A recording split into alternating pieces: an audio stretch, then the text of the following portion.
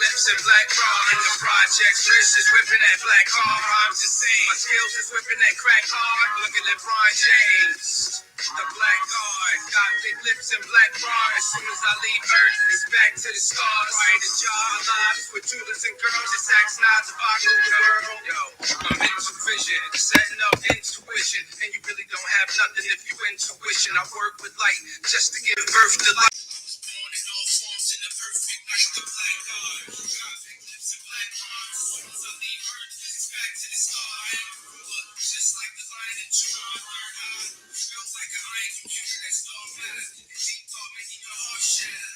I sleepwalk, talking with smart chatter, so I don't need you to ride or die with me. I got answers that vibe from the other side. When you give me weed, my life after death. I got notice on the eyes till the light suppress my priceless flesh. The final copy looks like I do not eat like God. Got big lips and black bra in the projects. Wrist is whipping that black hard. I'm just saying, my skills is whipping that crack hard. Look at LeBron James. The black guard, got big lips and black bra. As soon as I leave Earth, it's back to the stars. Right to job lives with jewelers and girls. It's axe nods if I rule the world. Yo, the black guard, got big lips and black bras in the projects. Wrist is whipping that black hard. My rhymes the same, my skills is whipping that crack hard. Look at LeBron James, that nigga's a black guard. And you wonder why we spit lead. Just the old raps, niggas got big heads like old men. Way that I'm writing is more than vain. This is the age of enlightenment. Read more than Spain. Now that your honor, I pray to a black vagina.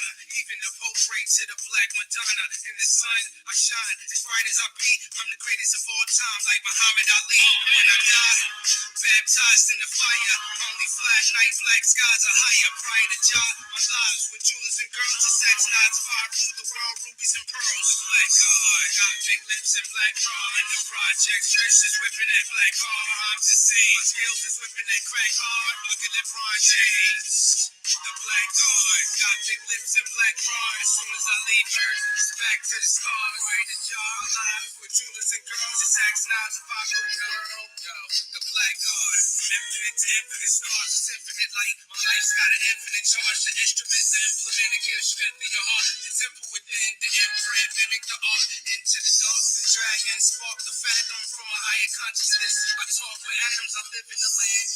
I live in the stars, original man. I am the image of God. Holy type, I'm common.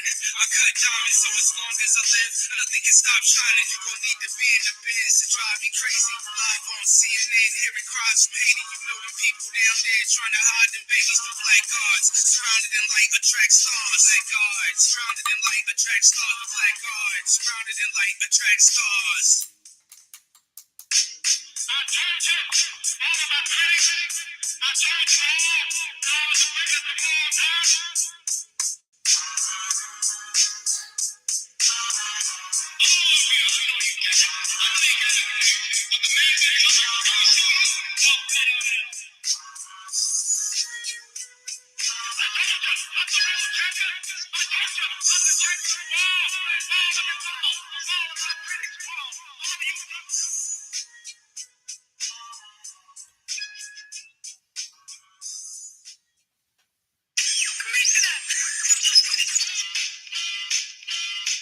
It's on the real, all you crap niggas know the deal. It's on the real, all you crap niggas know the deal. It's on the real, all you crap niggas know the deal. It's on the real.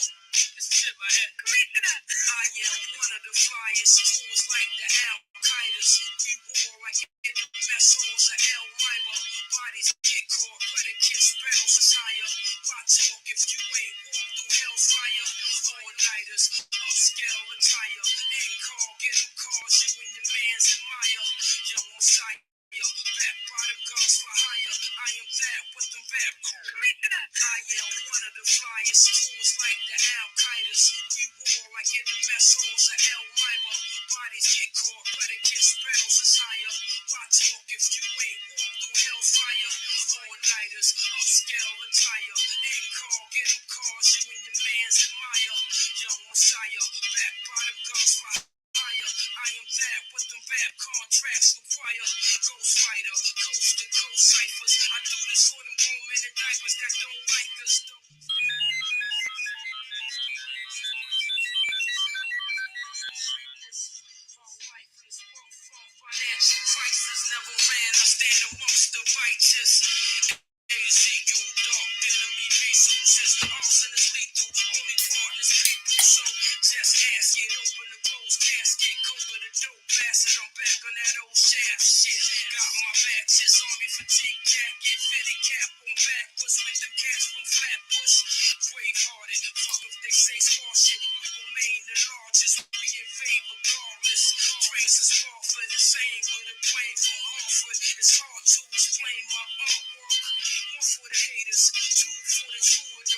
I know views of each fool with a razor is major. Barbaric, brutal behavior, car addict. I talk about the jewelry later. Respect is for the DL cartel connects and the crews that came through and left a rise for effect.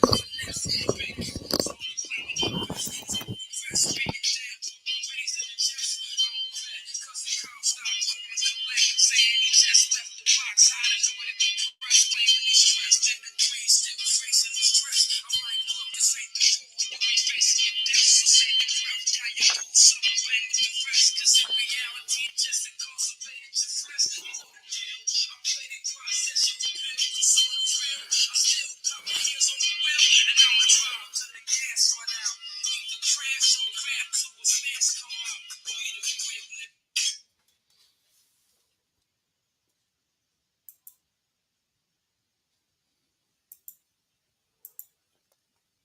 All right, let's get into this, man. Peace to gods, peace to goddesses, peace to the Abos, the Aborigines, the Black Indians, the Indians, and anyone who relate with you being an Atanchan of the America by whatever terminology you may go by. Okay. Um, hey man, you already know what time it is, man. You see the title. Pan Africans and DNA is pseudoscience. The Abos strike back once again, right? And understand this, right? Please share the video out. We got 35 people up in the joint. Hit that like button, and you already know the donations is on deck. So let's get with it, all right? Um, for the most part, this will be a heavyweight jam if technology allows it to be. For the most part, um, so let's get into this, man. 'Cause a lot of people had a lot of shit to say about, our current demonstrations on who we are and who we're not, right? So a lot of people had a lot of shit to say. A lot of people pushing this pseudoscience, which is this fucking DNA, and that this is the only way that these people are able to say that they're Africans, according to some Europeans who was backed by the Eugenics Society or whatever. And these people don't question nothing. Everything when it's coming to DNA is all absolute. It's not absolute. And you're gonna hear once again. We're gonna do another presentation on DNA, and it would probably be some things that we touched over, but a lot of these things has to be reiterated because a lot of people don't have common sense and they're not critical thinkers and they can't think for themselves no matter what information that people present. No matter if you show your genealogy and show that you have no Africans, you don't nobody know of no Africans. The only way you connecting your ancestors back to African because Europeans created a fucking story that go with that. That is through the Eugenics Society. The Eugenics Society is the people responsible for the Human Genome Project. And we're gonna show and prove on that as well. So definitely, man, hit that like button. Share the video out. We got 47 people up in here, which is I ain't saying like the individuals in here. Y'all definitely already know where to go, but we need to get some people up in here because it's gonna be a heavyweight jam. Um, just came back from the gym, lifting some heavy motherfucking weights, and I just tweaked my back too. But I'll be all right. I'm about to when I get done with this, I'm gonna go to my chiropractor and get on the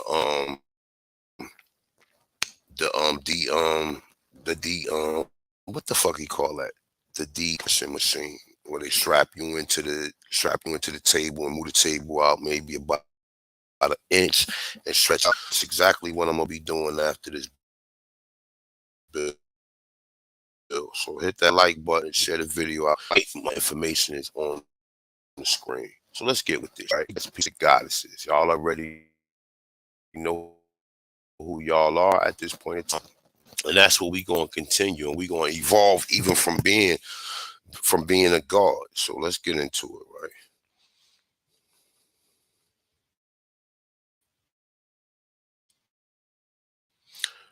So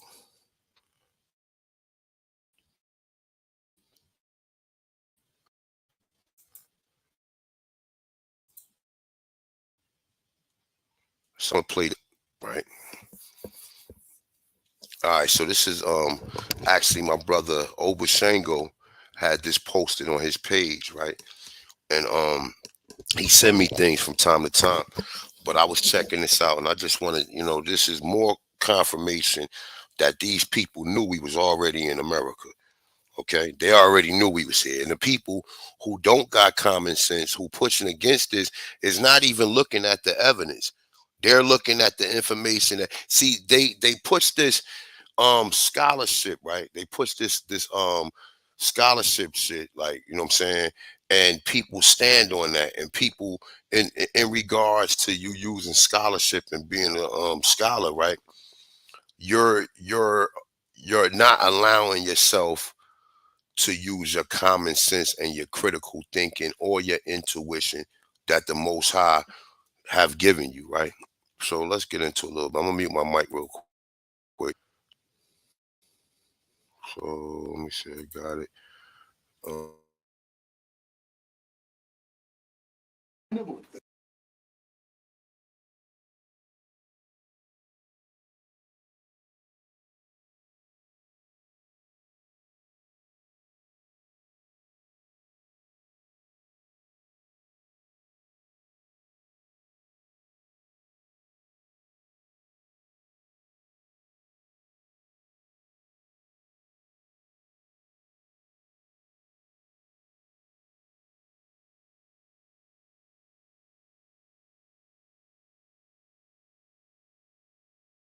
Uzi just said on MSNBC. Reminds us, yeah, no, we're not white supremacists. We're white nationalists, and so a portion of society goes, "Oh, thank God, they're not white supremacists," and they don't realize that white nationalism is not American either. So it's a notion that we should be living separately. That maybe we carve out a part of the United States and put the whites there and stick the blacks elsewhere or move them somewhere. They should go back where, quote unquote, wherever they came from, which was here. So it's kind of the frog in the proverbial pot of warming water. We go. Y'all heard what Frank said, former FBI, right? Frank Pagluzzi. We from here. Peace.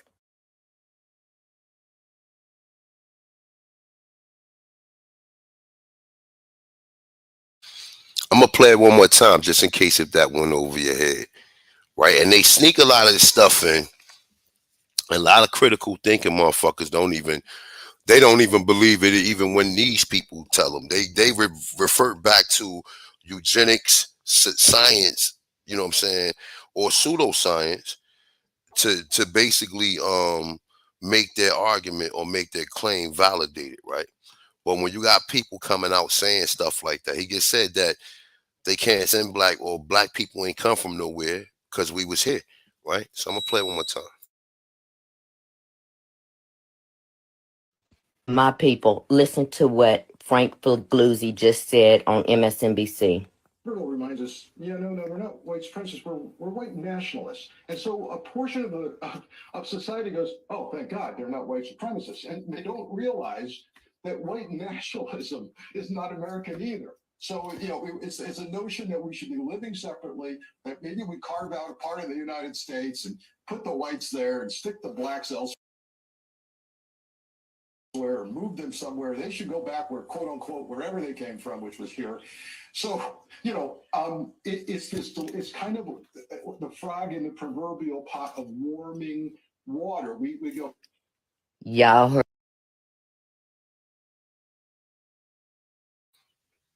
He just made a claim on TV saying that we should send the blacks back to where they came from, which was here. Okay, which was here. You know what I'm saying? And I don't think he's saying that like I don't think he's naively saying that, because if you're an FBI agent, you went through school, you went through some schools of higher education, and you already know what it is. But a lot of these people know we was already here, and the only niggas who pushing back is these Pan Africans. You know what I'm saying? So at the end of the day, that's what it is, right? So we're gonna be going in. So I got a couple of these clowns, man. I was trying to get on this clown show yesterday, man, but they really wasn't talking about nothing. But we're gonna play a little bit of this, right? In fact, you know what?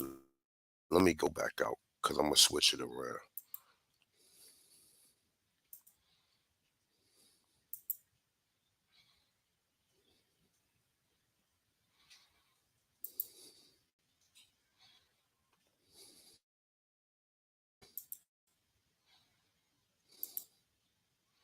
But fam, Right there, it's supposed to be cut off, bro. That's fam, a lie. fam, fam, fam, fam. Like, as an unbiased platform, to give every black person their voice, you have to give both sides. Like, you have to give both sides of the coin. You know what I'm saying? You got to give what we call the crazy shit, like, man, like their chance to voice what they're saying, and then what we call people with logic and reasoning a chance to refute it. He's just giving you the crazy shit, man. Like, you gotta, uh, uh, uh, like you gotta, like you gotta get both sides of the coin. You know what I'm saying? Like, even though the one side of the coin might. And I say this, right? These niggas ain't got no logic or reasoning.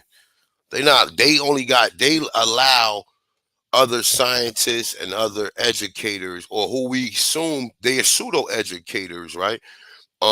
They allow them to create the argument, and they read it and they just go with the argument. They never cross reference it. They never get any.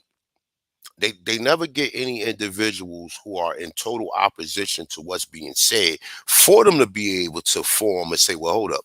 On this side right here, I got a geneticist. And on this side right here, I have a geneticist. One geneticist says DNA works. The other geneticist is saying DNA don't work. So boom, you go to the geneticist that's in opposition, and you read what his claims is and his argument. And if his argument is solid, right? If his argument is solid, right? Then you have to come to a conclusion. Either DNA is real or DNA is fake. If I could tell, if you don't have nobody who is in opposition of any of this shit, right? Then you can say, all right, well, it's a fact, right? But if you have one person who is in opposition to DNA, then that means that DNA is some pseudo shit. And I mean, I got the articles up, so we don't even really need to do this shit because I ain't just gonna be talking. You already know it's gonna be some showing and proving going on. But let's get back into what these dudes had to say. Somebody tag this nigga, because I don't be knowing these dudes, man. I only know, a lot of these dudes, I guess because I don't be around that often like that, but I don't be knowing a lot of these dudes. And like I said, a lot of these dudes, they don't really want to come holler at the guard at the end of the day. They don't want to, because we dealing with all of that shit. We dealing with we dealing with our ancestry. We dealing with archaeology. We dealing with anthropology. We dealing with science. We dealing with all that, and we dealing with common sense, and we dealing with history. The history that he didn't tell you about. We're dealing with that as well. So it's like we're pretty much covered. We pretty much have one of them elite super teams and shit, like, what I'm saying, and we're pretty much well rounded in all areas, man. And like I was telling people yesterday, everybody got strengths, and just because you may not feel like your strength is the same as the next person, everybody have a piece to the puzzle, and everybody have a part to a story to tell. So thank you, Nanya. I appreciate you. Peace to everybody in the chat room, man. You already know what time it is, man. So let's get back into this. Might seem crazy. I Like, mean, you gotta. I can dig where you coming from, bro. But yeah, You know what I'm saying? Like, you can't just blame style, style, like, man, like style. and you get mad at pseudoism. What's pseudo about it? Don't slander a person. A root word. He just told you. Simple question. Root word. Hold on. Let Root. Question. Okay, Root, go ahead, Root. Just a simple question. If it's pseudo, talk about the pseudoism. Discredit what we're doing pseudo. And since you're saying if it's so pseudo, why are you scared of giving the platform? I would love to hear pseudo. I would love to Okay, hear all right, pause. a clown Okay, that I'm almost okay. done, my brother. Yes, I'm that's almost the done. You said you wanted to hear it, so I want to make sure that you get some of the suit, because we already spoke on some of it already. So if we got to keep going and you really can't tell that what she's saying is super pseudo, then you know absolutely nothing about I'm history. challenging y'all because I'm That's on the her whole side. point. It's no challenge there too. It's nothing to challenge. You don't have information. You have to bring information to the table in order to be able to say, I'm going to challenge something. To say half of the ridiculously stupid stuff that she was saying What requires she saying stupid? amazing evidence. What?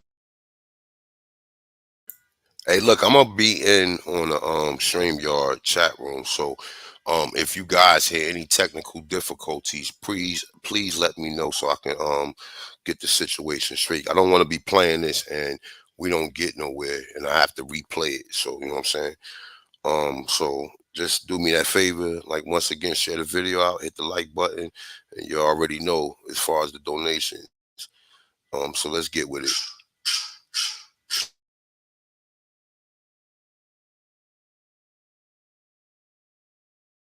No, the first thing she said like that was stupid was the slave trade didn't happen. Right. I was the one who asked the question. And then like Sa is giving people a platform to say it didn't happen, but he's giving other people a platform to say that it did happen. He's giving you a chance to bring your source and everything. All right, hold on, Ed. Let's give Root Word a turn to go back at that. Dispute that, Root Word, please. All right, bro. Okay, the way she said that slavery didn't happen and it come from the German side, because when you etymology the word slave, they go back to where the Germans is from, the Slavic people. I digress. Can I just say something? Hold up. Where the fuck y'all get this from, man? Bro, let me. All right, now, brother Rudy Root just made a claim, right? He just said that the word Slav, and you hear how these people are denying it, and how these people are in total disagreement. They want to be slaves. They want to stay slaves. They don't want to stop being slaves because you get a victim mentality. And we're gonna play the sister Nepal and the asinine statement to what she was saying and Sanetta was saying, as far as we're stating that we're no, I'm sorry. The reason they can't get reparations is because we're not all in sync with what the reparations should be for. Listen, my dude, if you want to get reparations for being a slave, sayonara, nigga. Adios. I'm not like Sister Betty. She made it clear and concise. You know what I'm saying? It's supposed to be a redress of grievances. It ain't supposed to be the reparation or repairing a nation, right? It's supposed to be the nation that they stripped from us, which from us being the original Atanchans, not being some victim that, oh, you lynched my people and you did all of this ridiculous shit. Nah, money grip, that's not right and exact there. So let's get back into it, man. Peace to the guys, man. Let me get my last point out. Can I get my last point out here, please? Root Word is always over there with Not a Coincidence and Masai Warrior Clan, and every time he's like smoke signal. He's like a smoke signal. He's gonna come up here. There's nothing that we can say to Root Words that's gonna, even though how we can present every record in the world, is not going to satisfy him as a conscious or critical thinker. He's not doing that, bro. I know this guy as far as dealing with him on these other platforms. And really, he's like, again, he's like a smoke signal. So there's really no need to enter. This is what I'm saying. So just admit that you're scared. Just admit that you're scared and you don't got no No, excuse me. I wasn't finished. I let you you're finish. knocking me off, sir. I let you finish. I let you finish, bro. Let me finish. And then you can respond after I finish. This is what I mean by not allowing people who don't critically think about stuff. They always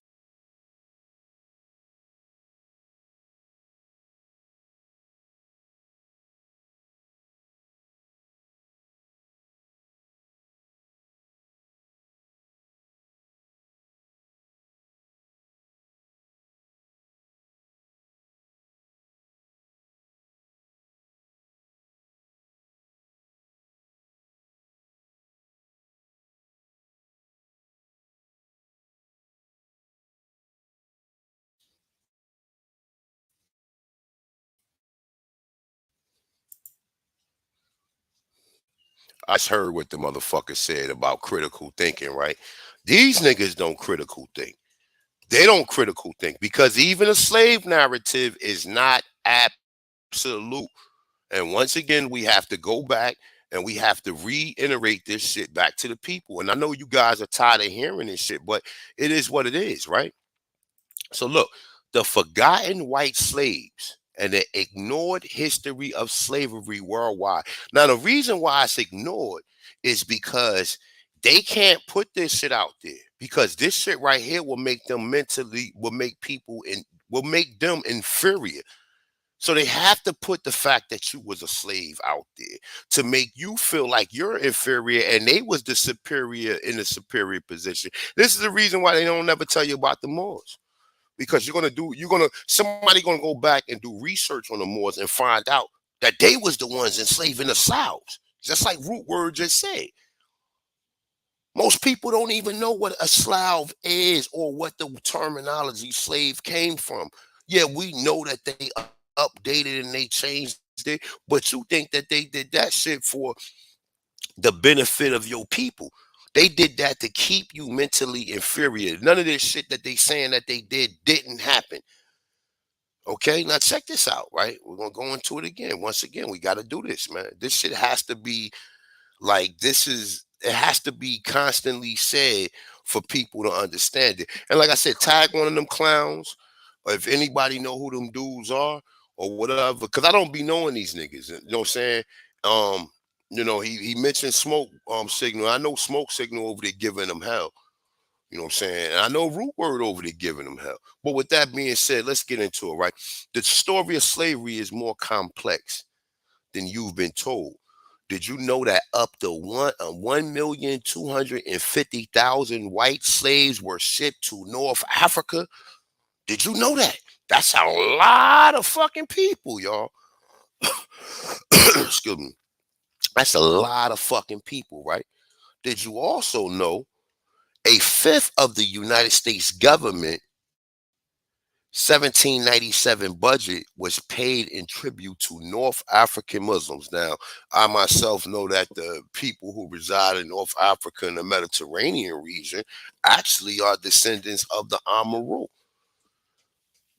Well, we can get into that later. Got plenty of videos and evidence that not only suggested that, but make blanket statements of saying that this stuff existed, that America is the oldest land on this continent. Well, I mean, not on the continent, but on this infinite plane, if you will, right? Now, check this out, right? So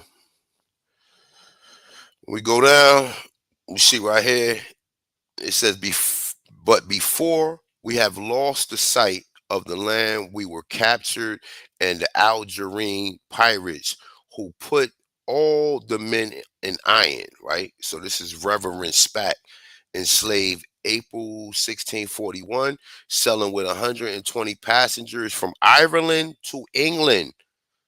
From Ireland to England, okay? From Ireland to England, okay? His story is but one of the estimated 7 million white slaves took into the Barbary Coast.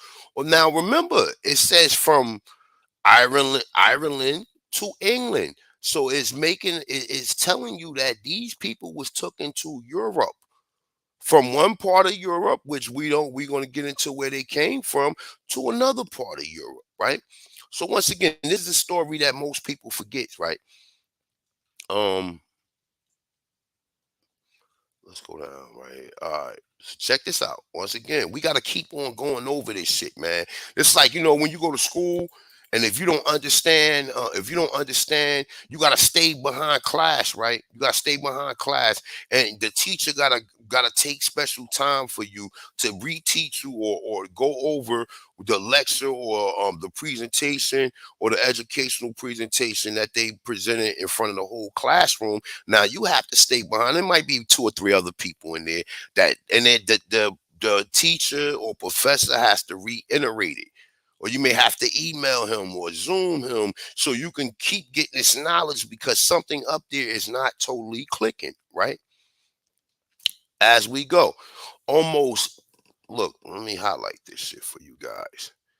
Let me highlight right here. Almost every civilization, ancient civilization at that, possessed slaves and enslaved others, according to what they saying. The English word slave derived from the enslavement of the Slavic people. You stupid fucks. And you niggas want to remain to be slaves. You niggas are fighting to be slaves. Look, listen to what this guy said. Look. Let's play it again. Look. Cynical, they're skeptical, a conscious or critical thinker, a conscious or Requires What's she saying? Stupid. amazing evidence. For No, the instance, first thing she said like that was stupid was the slave trade didn't happen. right.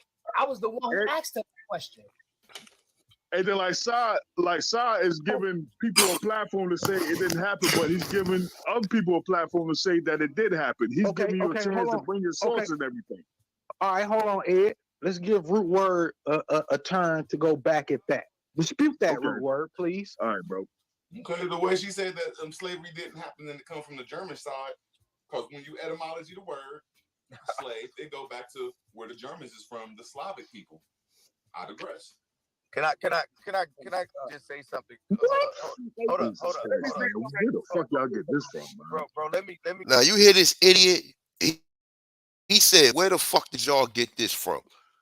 We got this from reading. You stupid fuck. Almost every ancient civilization possessed slaves and enslaved others. The word slave derives from the enslavement of the Slavic people. When the word slave was coined in the West, the impression was of a Caucasian slave. What the fuck? Like, this is where it's at. But see, niggas got their heads up too far up Dr. Ben asses to where they haven't evolved. These niggas still got the same format and the same the same indoctrination lessons. They haven't evolved. They haven't evolved and when they think they evolve, they further devolve.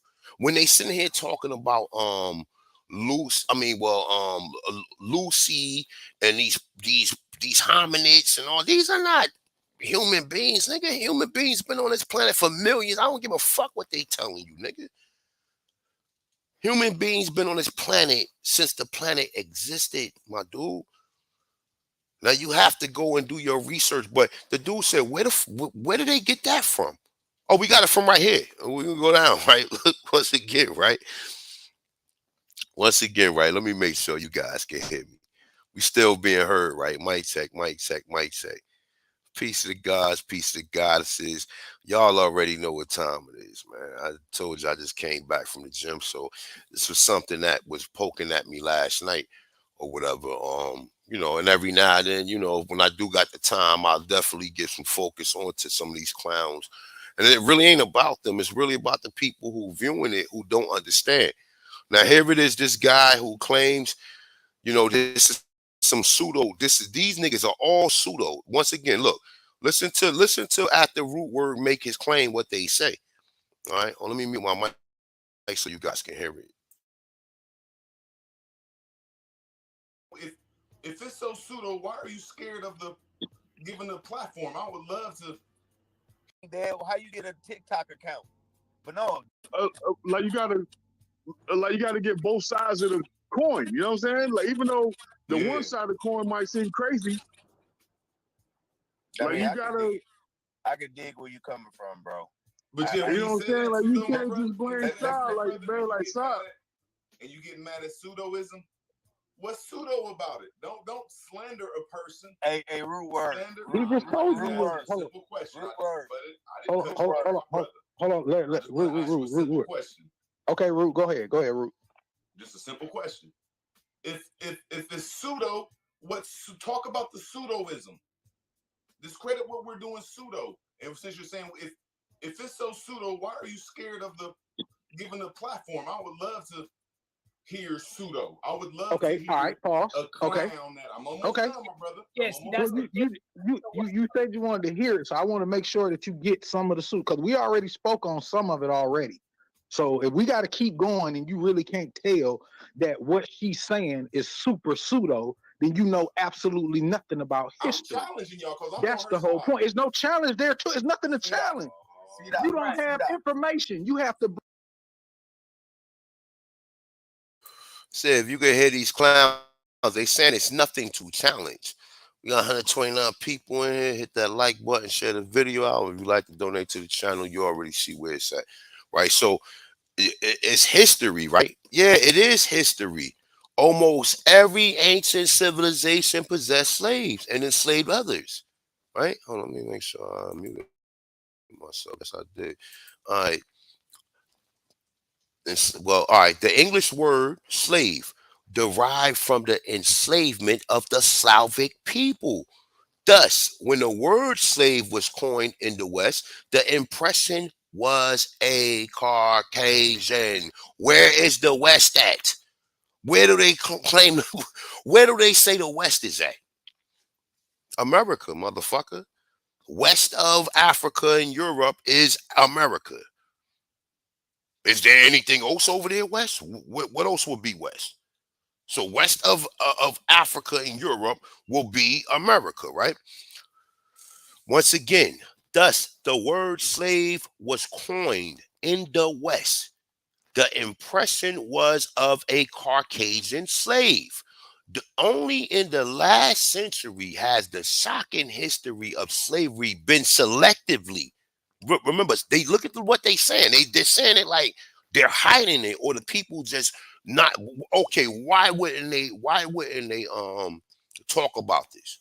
Why wouldn't they talk about? Because somebody would start putting this shit together and start getting fucking smart and start understanding. Like, wait a minute, my dude. You have never told us about no white slaves. You have never told us about you bringing oh, they was indentured servants, right? No, this saying right here. Thus, well, I gotta keep reading again. Let's go again. Almost every ancient civilization possessed slaves and enslaved others. The English word slave derived from the enslavement of the Slavic people. Thus, when the word slave was coined in the West, meaning America, right? When it was coined in America, the impression was of a Caucasian slave, period. Only in the last century has the shocking history of slavery been selectively, listen to the word they're using, selectively read through the lens of American race issues, and that for political gain. Now you go figure that shit out, right? Now moving along, boom, because my brother Root Word, shout out to Root Word, he brought up the term Slav, right? And this guy he actually even put the definition of the etymology. I don't feel like pulling etymology up, but we already seen this shit 100 fucking times. So I mean, at this point in time, you already know how the class is going, right? So boom, the oldest written history of the Slavs can be shortly summarized. Murad of slave hunts and the entrailment of the entire people. Now, do we have to go through to the Slavic countries again? Do we really have to go? And we're going to see that there's over 30 Slavic countries. The entire people. Okay? Moving along. I don't it say with increased strength outside his marshy land of origins, hardening to the utmost against all privations, industrious, content, with little, good humored, and cheerful. He filled the slave markets. Well, not just he and she, right? They filled the slave markets of Europe, which we just read up ahead from Ireland to Britain, right? Or London or whatever the fuck they call that, right? Asia, right? And Africa. We just read what did we just read in the top right here? What did we just read? The story of slavery is more complex than you've been told. Did you know that up to 1,250,000 white slaves were shipped to North Africa? Who was in North Africa, and why wouldn't they tell you the history, right?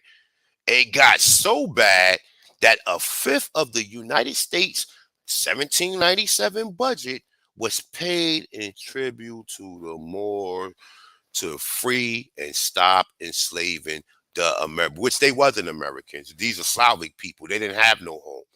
They're only saying that, like I said, I have to correct it. I'm using an article, but I have to correct it when needed to be corrected. These are not Americans that these people are taking.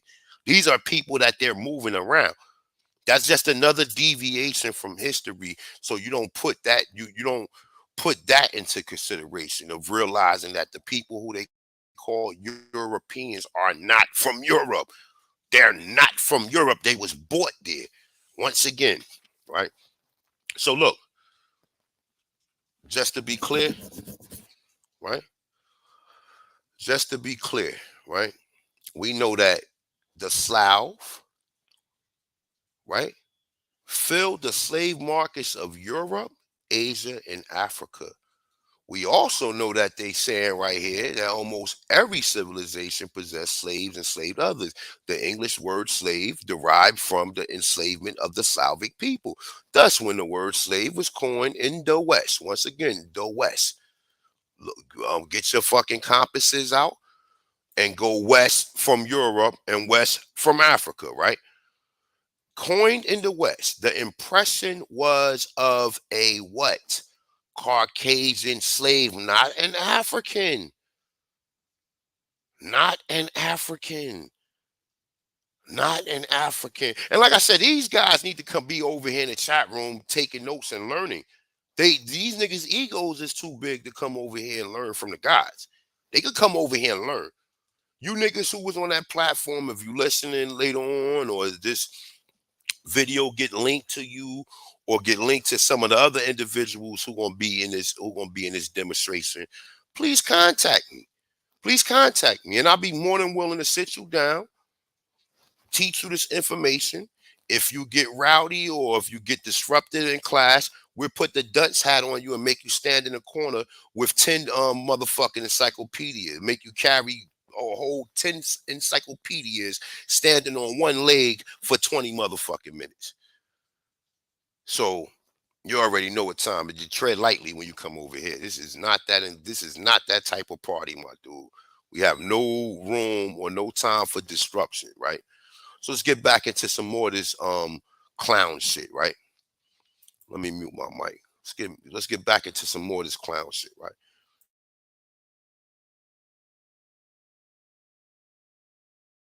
Bring information to the table in order to be able to say, I'm going to challenge something. To say half of the ridiculously stupid stuff that she was saying requires what she saying stupid amazing evidence. For No, instance, the first thing she said like that was stupid was the slave trade didn't happen. right. I was the one who asked her the question. And then like Sa is giving people a platform to say it didn't happen, but he's giving other people a platform to say that it did happen. He's giving you a chance to bring your sources and everything. All right, hold on, Ed. Let's give Root Word a turn to go back at that. Dispute that, Root Word, please. All right, bro. Okay, the way she said that slavery didn't happen and it come from the German side, because when you etymology the word slave, it go back to where the Germans is from, the Slavic people. I digress. Can I just say something? Hold up. Where the fuck y'all get this from, man? Bro, let me get my last point out here. Can I get my last point out here, please? Root Word is always over there with Not a Coincidence and Masai Warrior Clan, and every time he's like smoke signal. He's like a smoke signal.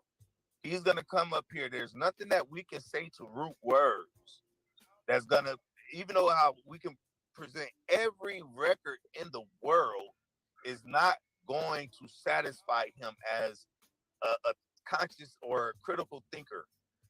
He's not doing that, bro. I know this guy as far as dealing with him on these other platforms. And really, he's like, again, he's like a smoke signal. So there's really no need to enter. This is what I'm saying. So just admit that you're scared. Just admit that you're scared and you don't got no shit. No, excuse me. I wasn't finished. I wasn't finished. You're knocking me off, sir. I let you finish. I let you finish, bro. Let me finish. And then you can respond after I finish. This is what I mean by not allowing people who don't critically think about stuff. They always cynical. They're skeptical. They hate everything and everybody. These people we don't need to listen to this because, again, as a community, we are going through too much shit to have these people muddy the water. That's my point. And Root Words, he knows it. That's what he does. He's an antagonist, and he does it on purpose.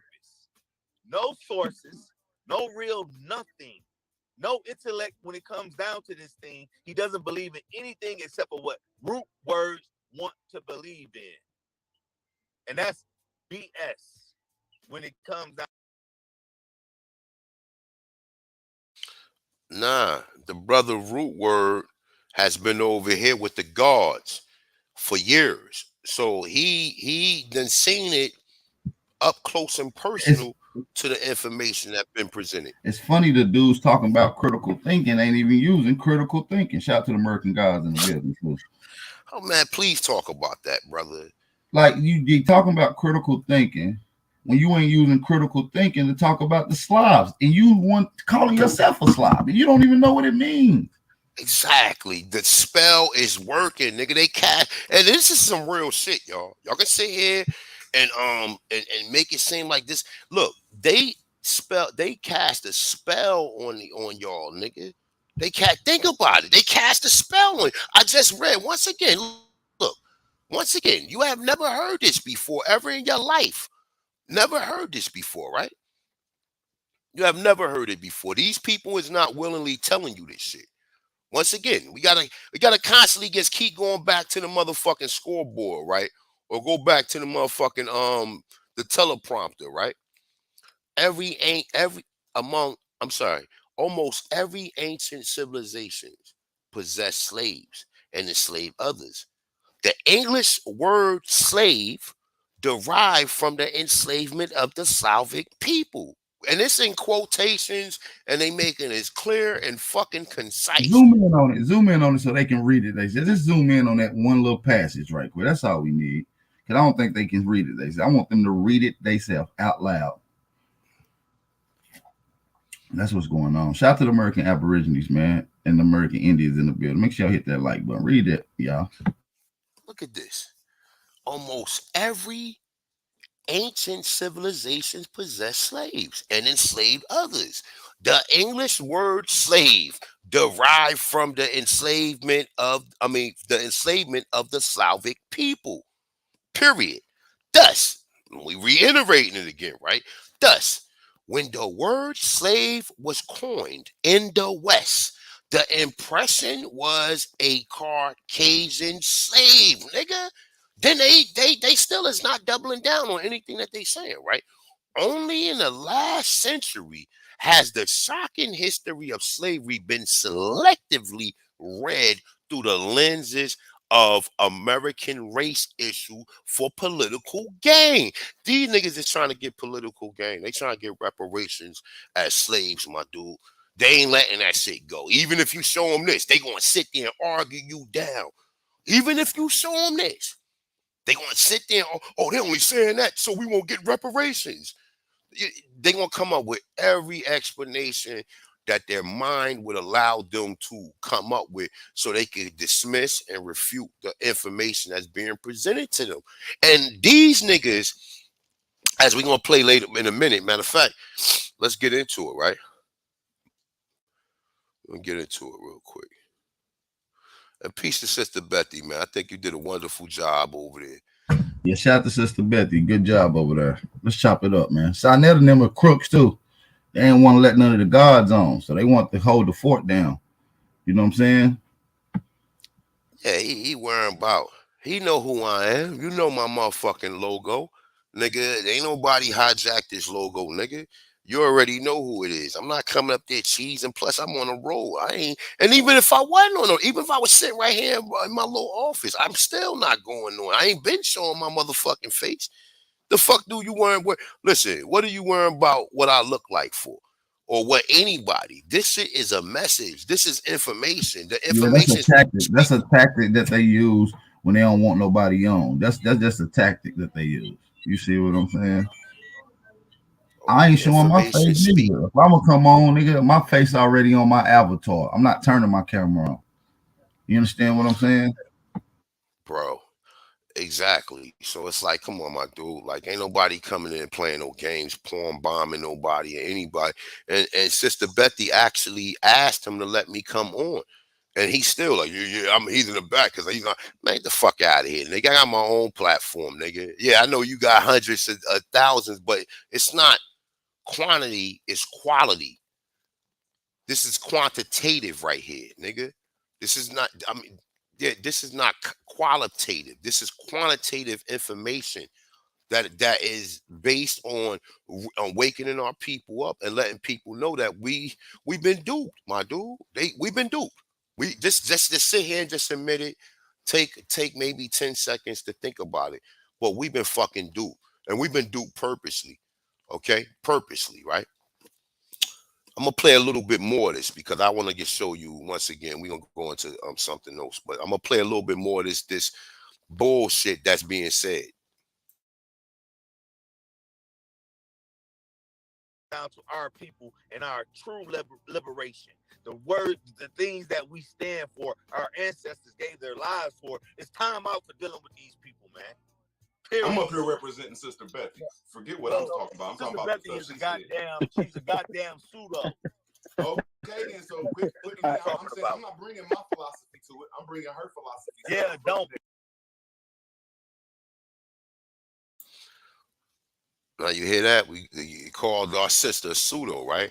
When this nigga is a pseudo, he's a pseudo. You understand what I'm saying?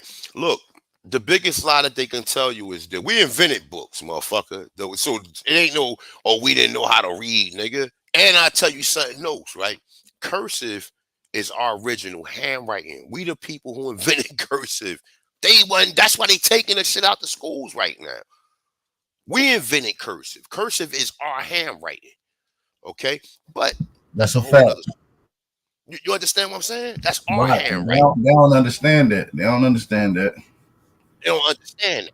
That's why they take. That's why all of these documents you see. They And when think you, that the language you're speaking right now comes from the European. They believe that the way we speak now is the way English people were speaking prior to them coming over here. You got to be a fool to think that. that's why the next time we go on Sinetta, we're gonna give a nice demonstration to what Africa is, brother. And you niggas are not going to like it. We're going to shed some spotlight on Africa Hey, now King today. Cass, when you stepping up to the plate, bro, I waited for you Thursday. Where you at, King Cass? You trying to get in the ring today and get and die? All right, then. Hey, fuck that nigga, man. He talking about we didn't invent cursive. There you is taking another one of our achievements and what we done. You giving it credited to the Slavs, my dude. You giving it credit to them. That's why I don't even talk to Slave these over niggas. mental death, man. Yeah, I don't even want to talk to these dudes, man. I want some intellectuals. Give me some of them guys root words to talk to. At least they gonna come with something. And see, the thing of it is, even at this point in time, dealing with them, like I'd rather just debate them, and I'd rather just take that win and put that win over your head to where anytime we're on the same platform, you can't address me, nigga, because any information that you presented to me already been smashed. So it's like I'd rather just debate these dudes, not even have these conversations, because these conversations don't go nowhere. You know what I'm saying? They ain't even Top Cat went on it. They ain't even want to answer his question, or whatever. Prove that you're African outside of DNA. They can't prove it, and DNA ain't even real. Yeah, you heard Nepal over her stomach. She like Nepal didn't know I'm gonna shit. play it in a minute. Yeah, let's Look, get it, man. Shout out to Sister Betty once again, man. You did your thing once again. You know what I'm saying? Shout out to you. And shout out to Ali Mahmoud for imposing the question upon her for her to be stuttering and tripping over her words. That shit was Shout out to hilarious, Alabama. man. Peace to God. I'm not saying that you're intending to do that. I mean, people can choose to do that. That's their personal choice. But to do it to an entire population of people is slanderous if they call it out of my name, and it's libelous if it's put down in a document. Okay? And then to assume that all slavery is attached to African origins, and I think you've had him on before, my good brother. Now, Taj Tariq Bey has pointed out in the 13th Amendment, the original sections, notice in section 12, it said that no one of African descent shall ever be a citizen in this experiment that we call the United States government. Okay? There are other things that are attached to why it's purposeful to make it specifically African as a slave existence. That's called Dum Diversus and the Vatican Church. So when we stop and really take a beat, Saw, and I really appreciate you giving me the time, so I certainly hope you will consider this going forward, that when we continue to be led to believe that we are either Kunta Kinte, out of Africa, or exclusively the slave narrative, it is to displace us from our true origins. It is to remove us off our land, strip us of our inheritance, and make us property of foreign invaders. Now, I'm not saying you agree with that or not. What I am saying, pushing that narrative and that agenda is detrimental to my children and my grandchildren. Do you feel what I'm saying? Yes, sir. And I thank you for the time, brother. You have a great day. You too, my brother. Can I say something about that though? See, Black people, people of African descent, of the African slaves, the progeny of the Africans of the slave trade, they are seeking reparations. And he talks about agendas. The real agenda is to avoid paying people, descendants of slaves, paying them for the millions and millions of dollars, possibly billions of dollars that are owed to a group of people. And so, you know, when you talk about agendas, we could turn on you and say, well, it's an agenda to say there's no slave trade. So don't come with that whole agenda. See, this is, I'm going to recap. Nothing, no pun intended. Nothing, nobody's saying, like Sonnet, or nobody's saying that there aren't people with native or whatever you're calling yourself, a aboriginal, indigenous blood. I have that in my family myself. See, this chick is talking about our culture like it's some type of joke or like it's not to be respected. You know what I'm saying? And like I said, at this point in time, the gloves are off, man. It's like, like we've been calling these clowns out. These clowns don't want to come to the motherfucking atmosphere and have this motherfucking debate to where they going. They like I said, the debate itself between any of them clowns over there. Because I'm not just gonna show genealogy. I'm gonna show some technology, and we're gonna make a contrast. When our ancestors, when we show the Sir Solomon Jones film, and you see 100 fucking cars rotting back to back to back to back to back, and buildings that the white man didn't build, and all of this other shit. How the fuck did we learn how to do that in 35 fucking years, nigga? It takes a journey, man, to become a master mason, brick mason, that is, right? It takes him over 10 years for him to even master masonry. My boy been going to school since 1997. And he just became a journeyman with brick masonry. So how the fuck was we? And then the fact of the cars and all of the suits and all that. Let's look at Africa at the same time. Oh, they still running around here in the dirt and huts. At that same time, when your ancestor, oh, you got that from the nine, the suit, the hat, all that shit was invented by us, bro. These people wasn't wearing none of this shit. These people was wearing motherfucking potato sacks, nigga, as clothes, my dude. They was wearing potato sacks. These people was fucking in concentration, not even in concentration camps, but in displacement camps. Because after they got free and they was kicked off these plantations, a lot of them ain't had nowhere to go. You don't see that story for Negroes. Because if all these Negroes was freed in 1865, how the fuck the slave owner didn't give them no money. They didn't give them a severance package to leave. So how the fuck did they, right after 1865, 3 years after that, you got a nigga OJ Dunn in a goddamn rolling chair, and it's a bunch of other Negroes who claim, who according to what they tell her, they didn't know how to read, they didn't know how to do this. But these people look like they ain't their first rodeo. They're like they been doing this, my dude. The nigga in the rolling chair, just like right now, nigga be buying these game chairs and shit with the wheels on it. Nigga had one of them back in 1868, my dude. You understand? He don't look like no peon. He don't look like no servant. He don't look like no peon. He don't look like he working for no white people. He don't look like none of that shit. The same thing we go into the Sir Solomon Jones film.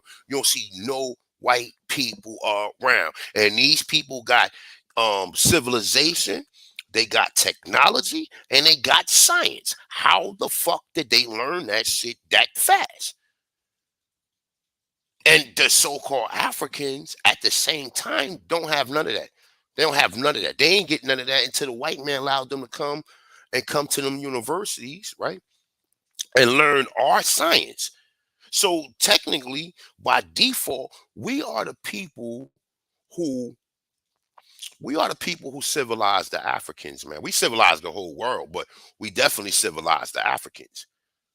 We civilized the Africans, man. Go figure that shit. The Europeans they using all our science and technology. Have certain places in Africa, they ain't even got lights, man.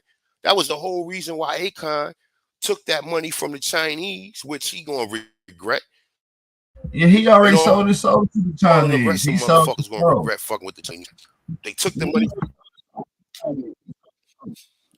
like DMX said in Belly. I sold my soul to the devil, and the price was cheap, nigga.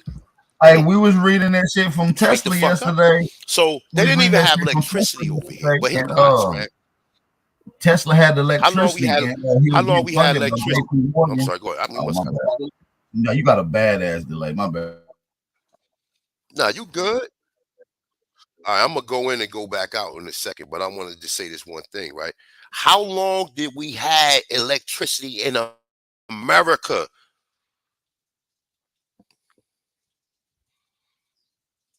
We had Yo, AP. pyrotechnics at least. We had pyrotechnics at least going back to the 1700s. Hell, like you said, Tesla lit up the first World's Fair in the 1800s in Chicago. He lost funding from J.P. Morgan. J.P. Morgan threatened him, burnt down his building, and guess what he said? I guess I gotta sell my soul. And guess who was there to buy the soul? J.P. Morgan. And that's the plot to take over America, bro. That's hidden tech. Ancient antiquity. This is the true old world. All right, check this out though. Check this out. In the handbook, or the Science of the Americans, which we always refer back to, which is the American Indian Encyclopedia. You go in there, we had electricity in America for over 1,000 years, man. Here, over 1,000 years. Over 1,000 years. I don't even think Garrison Morgan invented the light bulb, because we already had that science here. We already knew how to harness electricity. So we had electricity in America, and Africa don't even have it now. And the only reason why I'm comparing and contrast is because this is part of the shock therapy when these bills, when we're responding back to these people who telling us to use critical thinking and use discernment. These niggas have no discernment, none.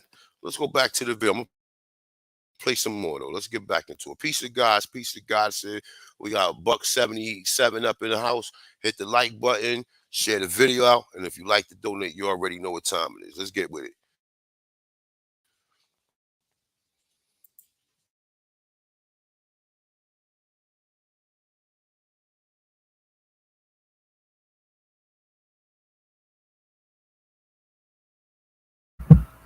It got quiet. What happened? Everyone stepped away. Hey, shout out to all the American Aborigines in the building, man. Make sure y'all hit that like button, support the channel, man. Hey, one going in today. Make sure y'all support my brother. Support him with the $15 challenge if y'all enjoying some of this content and his commentary. You understand me? Shout out to everybody in the building. If y'all can hear me loud and clear, drop a fire emoji. Sister Betty, let me put Sister Betty on the screen. Do your thing, Sister Betty. You pop your shit, man. Ask them Africans what land they got, what tribe they resurrected from their African heritage. Tell them sit their goofy ass down. They ain't doing nothing. This is the Aboriginal awakening. This ain't even up for debate. And that's why they just want to come around and ask questions. You understand what I'm saying? All them niggas came on Cybernetics yesterday just to ask questions. I would tell them all, listen, just sit down in the class. Give me a full week on this show since y'all got a lot of questions. I answer everything. Sit down. This Aboriginal 101. American Indian History 101. Sit your goofy ass down. You understand what I'm saying? They've been taking over. They've been having a plot to take over America since they knew it was infrastructure, science, and government and technology here.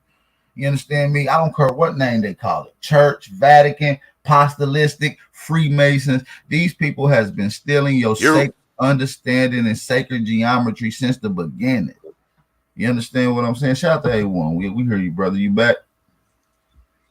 You might need to jump off and come back on because remember you still got that delay. And shout out to Arthur Livingston for the cash out donation. I'm gonna go in and come back out, man. Just hold it down for me real quick. You already know, bro. I got you, bro. You already know. This ain't no thing but a chicken wing. Shit. Oh, no. Okay, let me make sure because that nigga A1 would end the live stream by accident. I was about to say, oh, no, A1 don't end it. A1 would end it by accident. You don't know how many times I've been live cooking. A1 back, trying to leave out. You know, he hit the wrong button. End the whole live stream. Shout out to our brother, man. Make sure y'all support him, man. Hey, for those that's new to this channel, subscribe. This is Untouching this one. You understand me? Go back and check out some of the live streams and video uploads on this channel going back to 2017. You're going to have a real critical understanding getting into the information that he's presented for years and thousands of hours, hundreds of live streams dedicated towards these topics, okay? So we're experts by all means. You understand what I'm saying? We are experts. You understand me? I got thousands of hours, thousands of informational videos, okay? We're experts. So we're not taking no one's just opinion, and we don't have to accept anyone else's theory. That is preposterous. When we can accumulate our own thesis, proposing our own scientific theory using the scientific data that we all have collected and that they have stored. So that's what they want you to confuse you with. No. We don't have to accept their story because y'all be lying. See, when we start finding a bunch of lies, we just throw every lie in the lie sack. And now I looked over in the lie sack, it's filled up to the rim. Like I can't even put no more lies inside of the basket. You see what I'm saying? Because we've been chopping down these fables since y'all been talking. Who the hell is that on the screen? Oh, that's my nigga Smoke. Yeah. Look at Smoke sick. Yeah, Smoke, yeah. All right, we good now. I ain't got no delay, right? I'm good, right? You good, big bro. You good. All right, let's rock this out now. Let's here go how she double down, right? Listen to this. Have a debate. Yes. It's going to be a debate. You got a question for Nepal. You got a question for Betty. For the first of all, I want to know what the name of the debate is. We ain't figured it out yet. We will get to that. I'll have them both on the phone, and they will come to an agreement on what the discussion is going to be. All right, my question for Sister Betty. What's up, Sister Betty? Most likely, it's going to be revolving around the loop, brother, trade and stuff like that. Do you think we are the Aborigines or Africans? It's going to be revolving around that type of topic.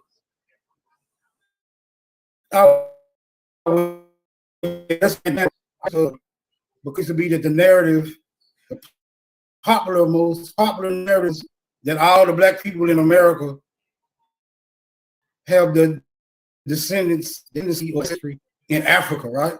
Is that the common consensus? Pretty much from based on the folks.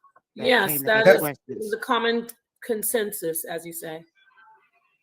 Sister Betty, have you found anyone in your genealogical report that has been identified as an African? No, I have not, sir. What about you, other lady? Nepal. My name is Nepal. Nepal, have you found an African identified in your genealogy? As a descendant African, yeah, I know Africans in my genealogy. Okay, so the African has been identified in your genealogy, like a fifth great grandmother or great grandfather or grand aunt or something like that. Yeah, just like the same way you don't use certain records. I mean, it's easy for me to say yes because y'all don't even go by DNA. You do pictures. So yeah. No, some of us do. Hey, some of us do. Hold on, ma'am. Hold on, ma'am. I'm answering your question, sir. You asked me a question. I said, based on the way you identify genealogy from pictures and stuff, yes, Africans in my genealogy. No, I'm not talking about pictures. I'm talking about actual names, like a great grandfather or great grandmother would, like that actually came from Africa. Well, like I said, it's really easy for me. If I use the way you verify your genealogy, 100% Africans identify. He's asking your method, sis. No. Let me say this. Hold on. You guys asked me a question, and I'm answering. Everybody's jumping in because I'm making sense. Most Aboriginals get up here and show us pictures and tell us things about, doesn't this person look Native American? That's what I see most Aboriginals doing. I'm not trying to disrespect. I'm telling what I've seen. And you don't ever go by DNA or hardcore evidence. You discount all the historical records for the slave trade. So when you come at me and ask me a question about proof, what historical records? Do we need to go back over this again? What historical records about slavery, right? What? Man, listen, first of all, Nepal, we do use DNA. We just don't accept everything that they put out like y'all do. Y'all don't understand it, right? And there's no, and listen, let's be clear. DNA testing does not include migration or historical migrations at all. Oh, we about to get into. Oh, this is going to be a super heavyweight. We don't even like once again. Just we gonna go here real quick. We gotta go back here again. I just want to make sure we taking a list of claims that they saying. So when we get done, we gonna chop these shits down with facts. She said we don't use primaries. We don't use historical records. We're gonna use all that today. Y'all get ready. Hit that like button. Now, once again, now check this out. This is how you use critical fucking thinking, my dude. You don't sit back and rely. Because at one point in time, she said we use images and all this, right? Because we was told from history that we was brought here from Africa. Then when we do start reading certain reading material, you have authors, you have archaeology, you have anthropology, you have images that all suggest the fact that we was already here. Plain and fucking simple. There is not just a one-step rule. And listen, let me be clear about this lady Nepal. She's a damn conniving heifer. And we already know how you grew up. Because when you was getting into it with Lex Vortex, your true colors came out about Black Americans, with your half Dominican mother that said that she did not like Black Americans. So it's convenient for you now to be blackity black. But you grew up hating the blackity blacks. He used a conniving mother sucker. Look, no offense to Dominica, but I've been in Dominican Republic 3 times. And we don't need to even go there, man. But that's a whole nother story, right? But back into the slave, we got slavery records, right? So let's look at them, right? In 1635. Now, this is one of the first slaves to come over here, right? We're gonna go from the first slave and we're gonna move it all the way up to show you even up until the Emancipation Proclamation, you still had Negroes owning slaves, nigga. So it never stopped. It never stopped. It never stopped. And we can, I don't have to go through the slave book again or none of this other stuff. These is just common. This is shock therapy. Man, listen, they was doing all kind of shit all the way up to the Civil War, bro. I'm talking about all the way up to antebellum. Even after that, all the way up to the 1940s. Antebellum before, all the way up to the Civil. Man, listen, they was doing all kind of shit to try to hide the fact that these Europeans was getting enslaved. And once again, like I said, this is shock therapy for the Pan-Africans. DNA is pseudoscience. Aborigine strike back once again, right? So he talking about the slave trade. Oh, we were slaves. Oh, we showed and proved one of European slave trade, right? But once again, we got one of the first contestants and one of the first people that was applied that he was an African, right? This is what they're applying on Anthony Johnson, right? In 1635, Johnson was freed and given a 250-acre plantation, nigga. I emphatically said that shit on Cybernetics. I emphatically said that shit, and I kept repeating it. And ain't nobody come up there like, yo, let me attack him on this because they couldn't, because I showed them proof, like I always do, right? So this man was freed according to, I don't believe he was even ever a slave. I believe he was an apprentice. That's why he was given a 250-acre plantation. And my brother Monty Bay, we already went over some of the stuff, right? And listen, she didn't jump ship on Cybernetics. She was Cybernetics' YouTube wife. Cybernetics was thinking about leaving. He was about to call, you know what I'm saying? He was about to leave New York. You understand what I'm saying? And we don't even got to do the slander because we got enough information. The shit she's saying, she's slandering and making herself sound crazy. The more these niggas try to act like they are educated, people are flip-floppers and clout chasers. They listen, that's a fact. And people, he said she do magic. Hold on, I just want to make this clear though. She's talking about us having facts. She said she do magic, bro. She said she can spin paper with her. Like, I'm not even about to do all this, bro. There's videos out there of her saying she can do magic and acting like she's doing it while a fan is blowing a piece of paper. Like, come on, man. This is nonsense. Yeah, I mean, yeah, it definitely is, right? But it's also nonsense that these people want to hold slavery over our head and they want to keep on being a victim or keep saying we was victims, right? So Anthony Johnson, once again, after he went through his apprenticeship, whoever his ancestors was that put him through the apprenticeship gave him a 250-acre plantation where he was mastered over both black, which I don't believe that, but for the sake that they're saying, they have to add black people in there. But the crucial thing is that he had white servants, nigga. How did a slave get free and was able to have white servants? Now, these niggas that had you believe, oh, they outlawed white. Get the fuck out of here, nigga. They use black bounty hunters to track down white slaves. And that right there will tell me, well, wait a minute. If they use black bounty hunters, then that means that the slave owners that employed the bounty hunters was black too, nigga. You have to use critical thinking when it comes to, because they're not giving you this story straightforward.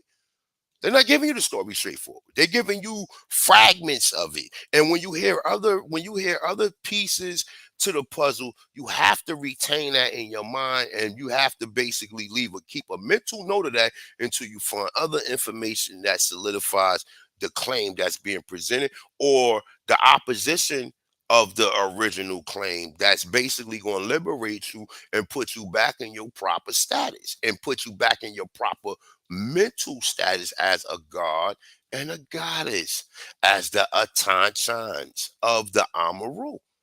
Okay, 1635, right? And we move up to my boy right here, William Ellison, right? In 1862. Hold on. You ain't screen sharing, big bro. I'm not screen sharing. No, Cybernetics still on the screen, bro. Oh shit! All right, hold up. Yeah. Because you talking about, look, you telling everybody to look. We don't look. We can't see. You feel me?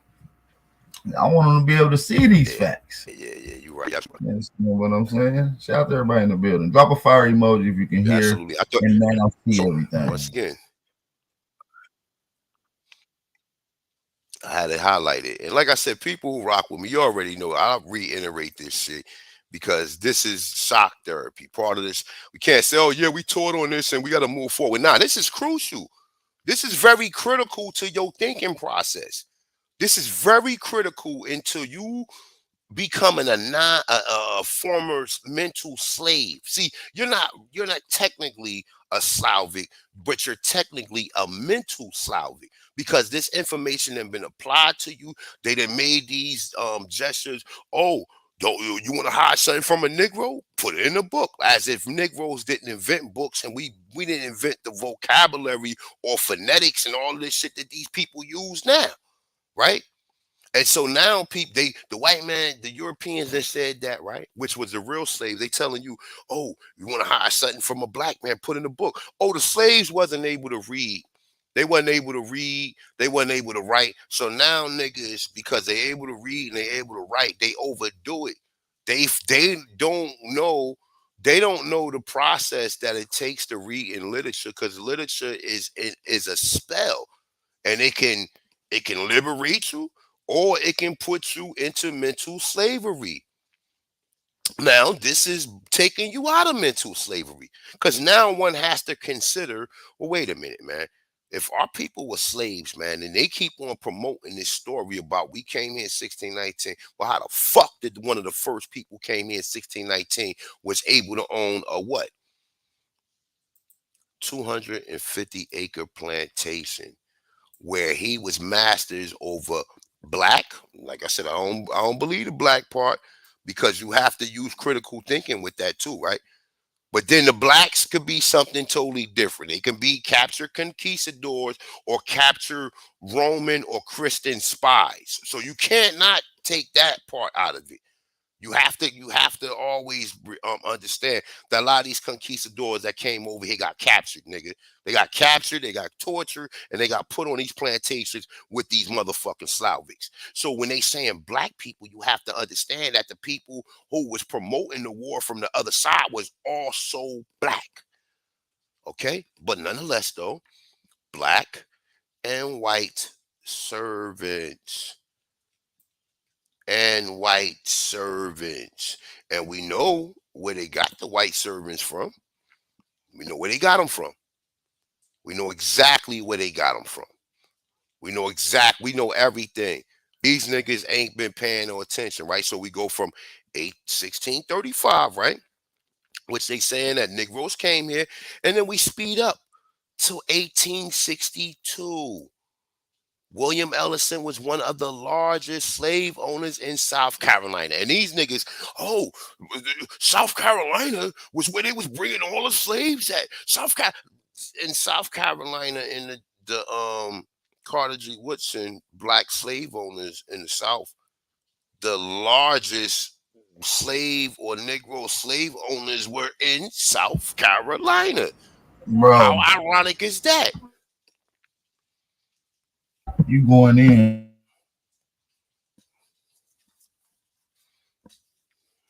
That's me or you?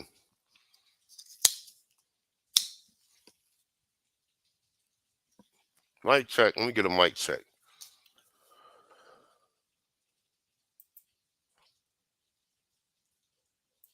Let me get a mic check. Mic check. Mic check. Can you hear me, AP?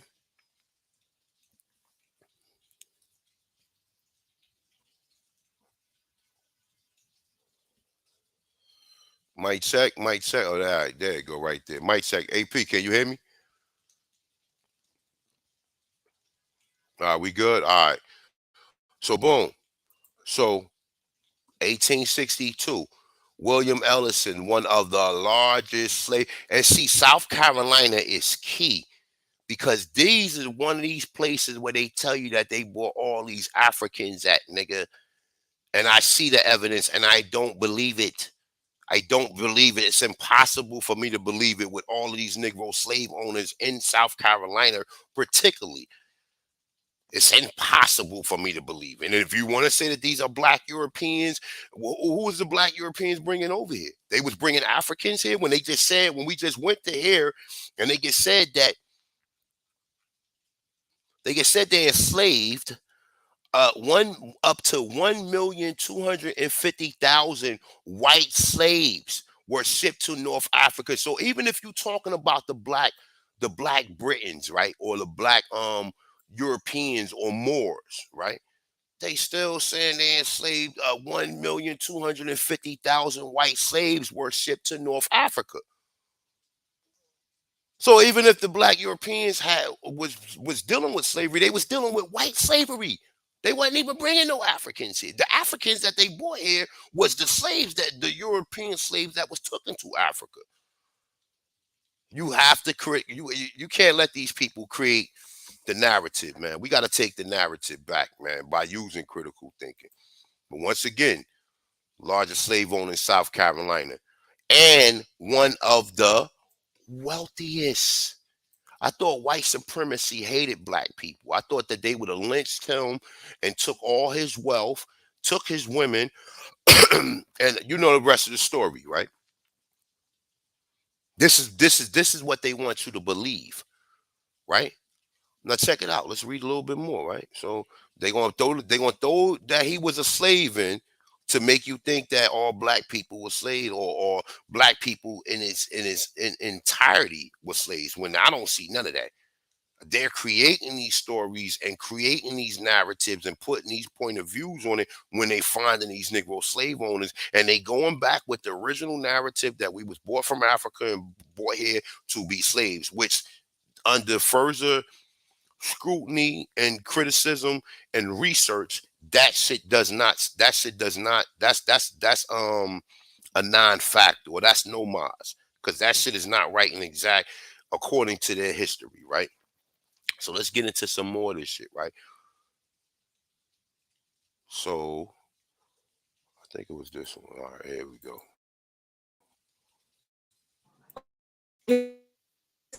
You're on nothing, so I can just say, yeah, it is. I look in the mirror, my hair's nappy. You get what I'm saying? I have to go by your standards. Nah, sis. Okay, I would like to respectfully say that. Wait a minute. I'm wrapping it up. Just let me land my plane. Okay, go ahead. Every time, this isn't just the people here today. Every time I watch one of these shows, I hear about pictures. People show their photographs. They say, I looked through my family album. But you don't want to look at actual historical slave trade records. So with that understood, I'm just going to sit here like you all do and say, yeah, I see African because my hair's nappy. I have some big lips in my heritage. See, this is where you guys sound just like that. So you can't come and ask me a question, do you have African in your history? Can you prove it? Because I can turn around and use your method and say, yeah, I can prove it. I just looked in the mirror and my lips are big and my hair is nappy. You understand? See, now what she gets said was some retarded shit. The way she thinks she's an African is because her lips is big and her hair is nappy.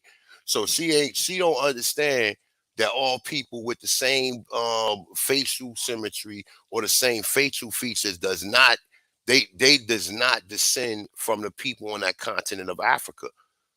But because, we're hanging around a group of niggas who promote and push this shit to the point that this shit is captivating. It's captivating to say you're from Africa until you look over and you see what the Africans has done without the help of the European or without the help of the American Aborigines and our science.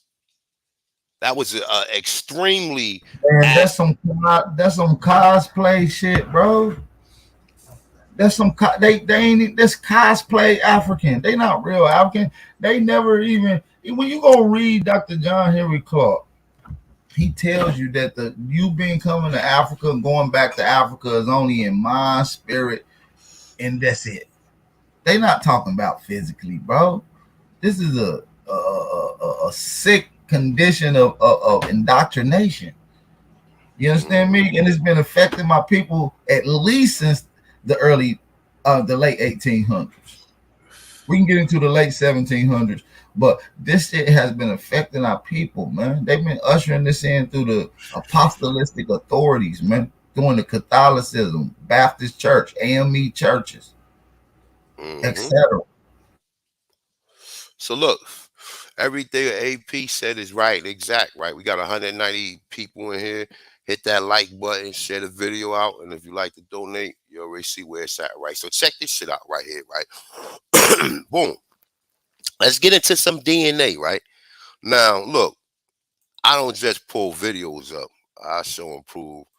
Look, these are all articles dealing with DNA and eugenics and everything, right? So just to let you know, it's going to be some literature followed by what this individual is saying up here.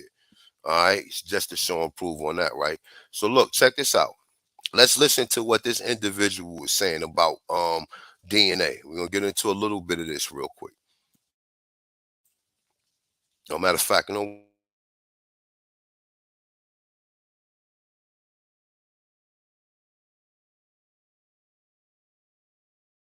DNA tests are pseudoscience. They're a bit scammy, if you will, and they enable white Americans and maybe Canadians, especially in white supremacist ideology, which is an even bolder statement, but I don't know how much I'm going to get into that. I'll touch on What it. is this? It's a dude or a lady?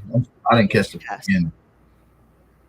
Is this a young lady or a young man? I'm confused. I don't know. That's a thing, my brother. I don't get it. It could have been a frog. It could be a cat.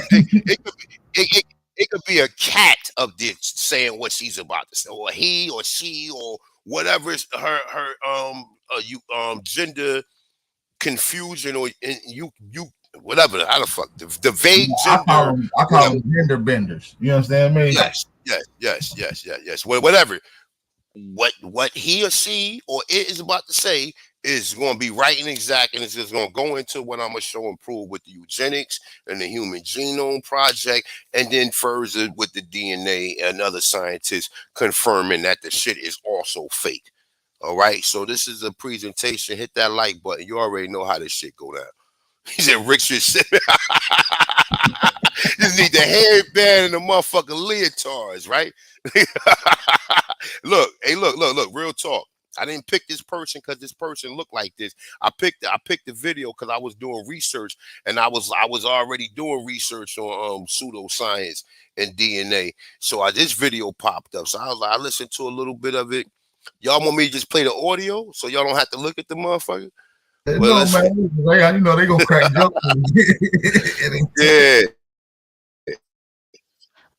But don't crack too much jokes. Listen to the message. Don't worry about the messenger. Listen to the message. Retain the information. All right. That's what this whole thing is about. I'm not up here looking at this motherfucker for my health. I'm listening to what he or she's saying. I'm not up here like, oh shit, let me look at this person. Nah, money grip. I'm up here listening to the information. The information correlates with what we're saying. So let's get into it, man. AP shot the fuck out. You ask me like, what is that? I don't know. I don't know. Don't get, man. My eyes is still kind of blurry and shit. I don't know. Fuck. 23andMe and from Ancestry. The point was to see how they would differ, and if there was any huge differences, that would prove my point. Now, let's go over the facts first. Scientists have confirmed that these DNA tests are pretty pseudoscientific, or they're claiming they can do things that technically they can't. According to this article from the Scientific American by Catherine Harmon called Genetic Ancestry Testing is an Inexact Science, Task Force says, and I quote, "For most individuals, genetic ancestry tests hold the promise of pinpointing where their ancestors come from. Unfortunately, science has not yet caught up to this expected and sometimes promised level of precision. The estimates of geographic ancestral origins are based on basal ancestral populations from, for instance, Northern Europe Asia, Africa, or North America. However, as the task force report authors pointed out, most of these genetic population maps are actually based on best estimates of original populations because we do not have the ability to sample ancestral populations. Instead, proxy populations have been used, including the Yoruba people from Western Africa, to represent most African American ancestry. So even if an individual's ancestors did hail from somewhere in Western Africa, if their particular lineage, as captured in their sample, does not match up with the reference sequences, some tests will turn up with no family tie. Glasses are off. So the point it's trying to make is that these companies are claiming that they can track your ancestors, but they can't really do that without the DNA of your ancestors. So they have to, you know. Now, without looking at the motherfucker, right? Did you guys hear that? Did you understand that? Like, real talk, without making jokes or fun about what the individual looked like. Did you guys hear that? That's some And that critical point, right? information. That's some critical information right there. He's saying that And it's look what they went hardwired. back to. But and look, and it's key. See, the only reason that I listened to it because he brought up the Yoruba and he brought up African Americans. So I was like, oh, okay, bam. The ancestors always sending me, even though, like I said, you know, whatever you guys think about Richard Simmons up there, listen to what Richard Simmons is actually saying. With Like, the you know, I Simmons, mean, that's just pseudo. It's yeah. pseudo. If you want to exercise with Richard Simmons, nigga, go throw your leotards on and exercise with him and shit. You know what I'm saying? But at the end of the day, listen to what is being said, and it's going to be supported by facts because I'm going to pull up some more evidence of it, right? So these idiots, oh, I did my DNA or whatever. Do you understand, idiot, that the shit is not real? Oh, but I believe science and I believe Onk.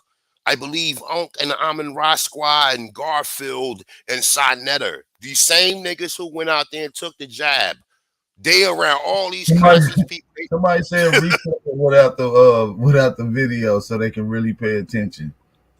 He said, what? Replay without the... Nah, my dude, you gonna have to cover your eyes or something, man. Like, put a motherfucking bandana around your eyes, man. But look.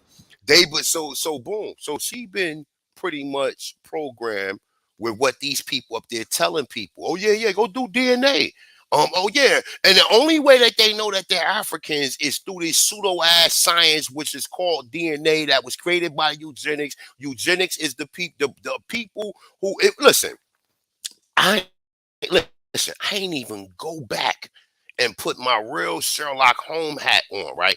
Because I would have traced the eugenics program to the human genome program back to Bill Gates' father and Margaret Thatcher on to now dealing with DNA. And they also make references to cloning Boom. And let's all take it this back a other little shit that they're farther. doing. Once we track it back to Bill Gates and his project, we're gonna track it back to Bill Gates' father. And he was part of Margaret Sanger's program. Okay, Planned Parenthood. Yeah, Bill Gates' father helped create Planned Parenthood. It goes back. It's a connection. Follow the breadcrumbs. That look, DNA was created by eugenics. The Human Genome Project is funded by eugenics. Like, yo, they got you. And look, man, the sister sound like she, you know what I'm saying? She looking for friends or something, man. Because some of these individuals be looking for friends. They really be lonely or whatever. See, you can hear it in her voice. I'm just trying to find friends. That's why I believe in DNA or whatever. But you found the wrong friends. If you're really looking for some people, get back with your ancestors and find out who you are, since you sitting up here saying you got Aboriginal lineage. And understand this, right? Okay. From my research, right? It's not just that we from the Americas, right? But America is the shit. America's the motherfucking shit, nigga. You ain't go back and check out the American guys 1 and 2. You don't hear the shit that we was doing here, nigga? And the shit that we can tell, we're the motherfucking shit, my dude. We're the motherfucking shit, nigga. We're the shit, nigga. Nobody else on the planet is the shit. Listen, you had sandals with metal and diamond studded studs on them. Trousers. You know what a trousers is, my boy? Along with the hoodie. You had a complete modern urban outfit 19,000 years ago in North America. The gig is up, bro. And that's what I'm telling you. You are the shit, nigga. You're responsible for all the technology, all the advancements to technology that was done from the time of existence all the way into now. They're taking all of the curriculums, all the science that we have from 0 to 9, astronomy, cosmology, geometry, civics, dealing with holistic health, all this shit. They taking it back, putting them into these colleges, creating these curriculums, and inviting all these immigrants that come from these shithole countries to learn. And now they propping these people up in your face, and you think that these people are educated when they're already got in your DNA. If you got something in your DNA, you got the DNA of your ancestors for the shit that they've been doing now. That's how we able to the mumble rap and do all and still got people wanting to be like us. Don't nobody want to be like nobody else. They only want to be like us. We're the motherfucking shit, my dude. No African country is you showing me anything that I want to say, yeah, I would love to be. No, I won't. Nah, money grip. None of that shit, my dude. None of it. I'm perfectly fine here. So let's get back into that. Let's get back into the video. Just cover your face if you don't want to see your boy Richard, all right? Peace to the guys, man. Share the video out, man. Hit the like button if you like to donate to the channel. My Cash App is on the screen. So let's get with this, right? Take DNA samples from people that are alive today and use them as comparison, but that's very inexact. And they're making claims that they really should not be making. Like, for instance, I know in this same article here, which, by the way, every article or paper that I reference in this video, I will put in the description or the pinned comment or both, because I think they're good articles and papers. This particular one, I think it was either this one or the other one, said that a lot of people say that they're related to Genghis Khan I just want to because say of this these real DNA quick while tests. you're speaking. A true researcher is going to go straight to that description box and get them sources. I just want to make that clear. You know what I mean? They're just for your own verification. You hear he said, I got the sources linked in the description box. That's me. I go straight to the description. Yeah. My bad. Go ahead. You on the delay again. That's a fact. I'm actually gonna pull them up in a minute. Nah, you good? You good? I got the delay. Yeah. Hold on. Get a mic check. Mic check. Mic check. Mic check. Live and direct. We good? I hear you. I hear you. We just got a delay. It's all good. All right. Okay. All right. So we. Matter of fact, you know what? While we doing that real quick, right? Look, and he got the same one I got. The live science. I got that one up. Let me see something.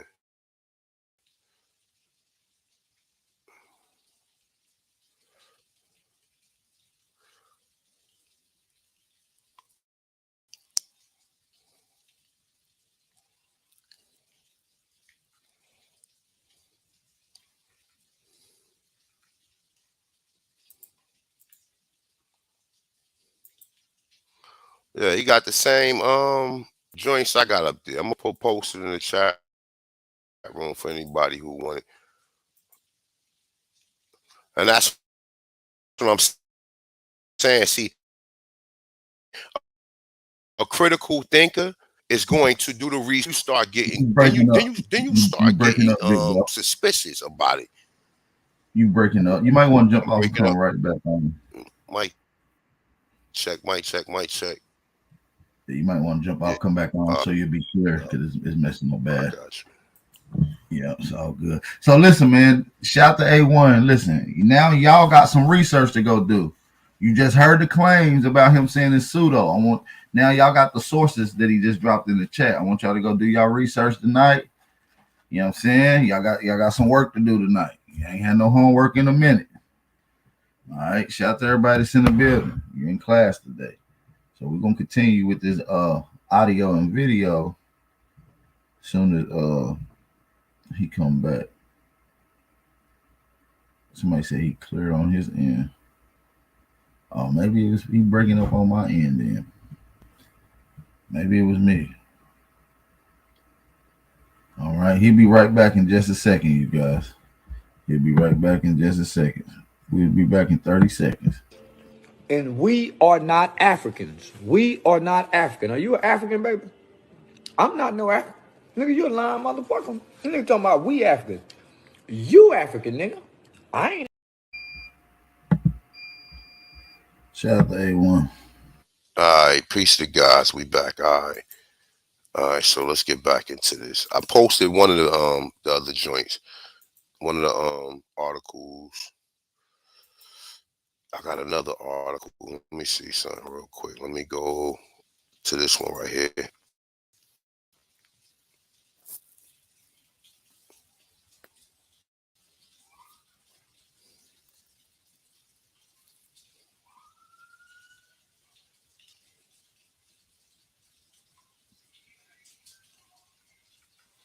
So he got both of the art. I mean, you see it's highlighted because I highlighted this. I mean, matter of fact, you know what? Let me go and get you guys this one too.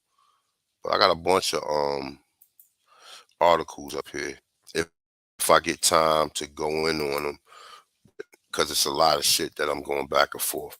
I'm still choppy or I'm good. Mic check, because I see somebody gets put in the chat room that I was choppy. You're AP. Oh, I heard you. You good now. You good now. All right, no doubt. You want the video too here? I'll give y'all a video too here.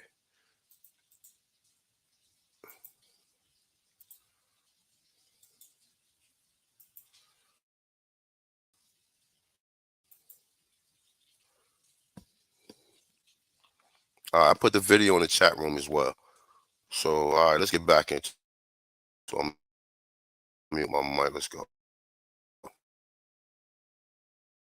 At all. Just because Genghis Khan had a specific DNA strain, which we can't really prove because he's dead, doesn't really mean that nobody else had it. So it's basically they should not be making claims that you're related to the Queen of England or Genghis Khan. And it's definitely an exact science to say that, you know, based on a population living today, you were part of that population, you know, thousands of years ago. The glasses are back on. This is from the article Genetic Ancestry Tests Mostly Hype, Scientists Say, by Kerthan of Live Science. If a test taker is just interested in finding out where there are people in the world that share the same DNA as them, then these tests can certainly tell them that, said Deborah Bolnick of the University of Texas in Austin.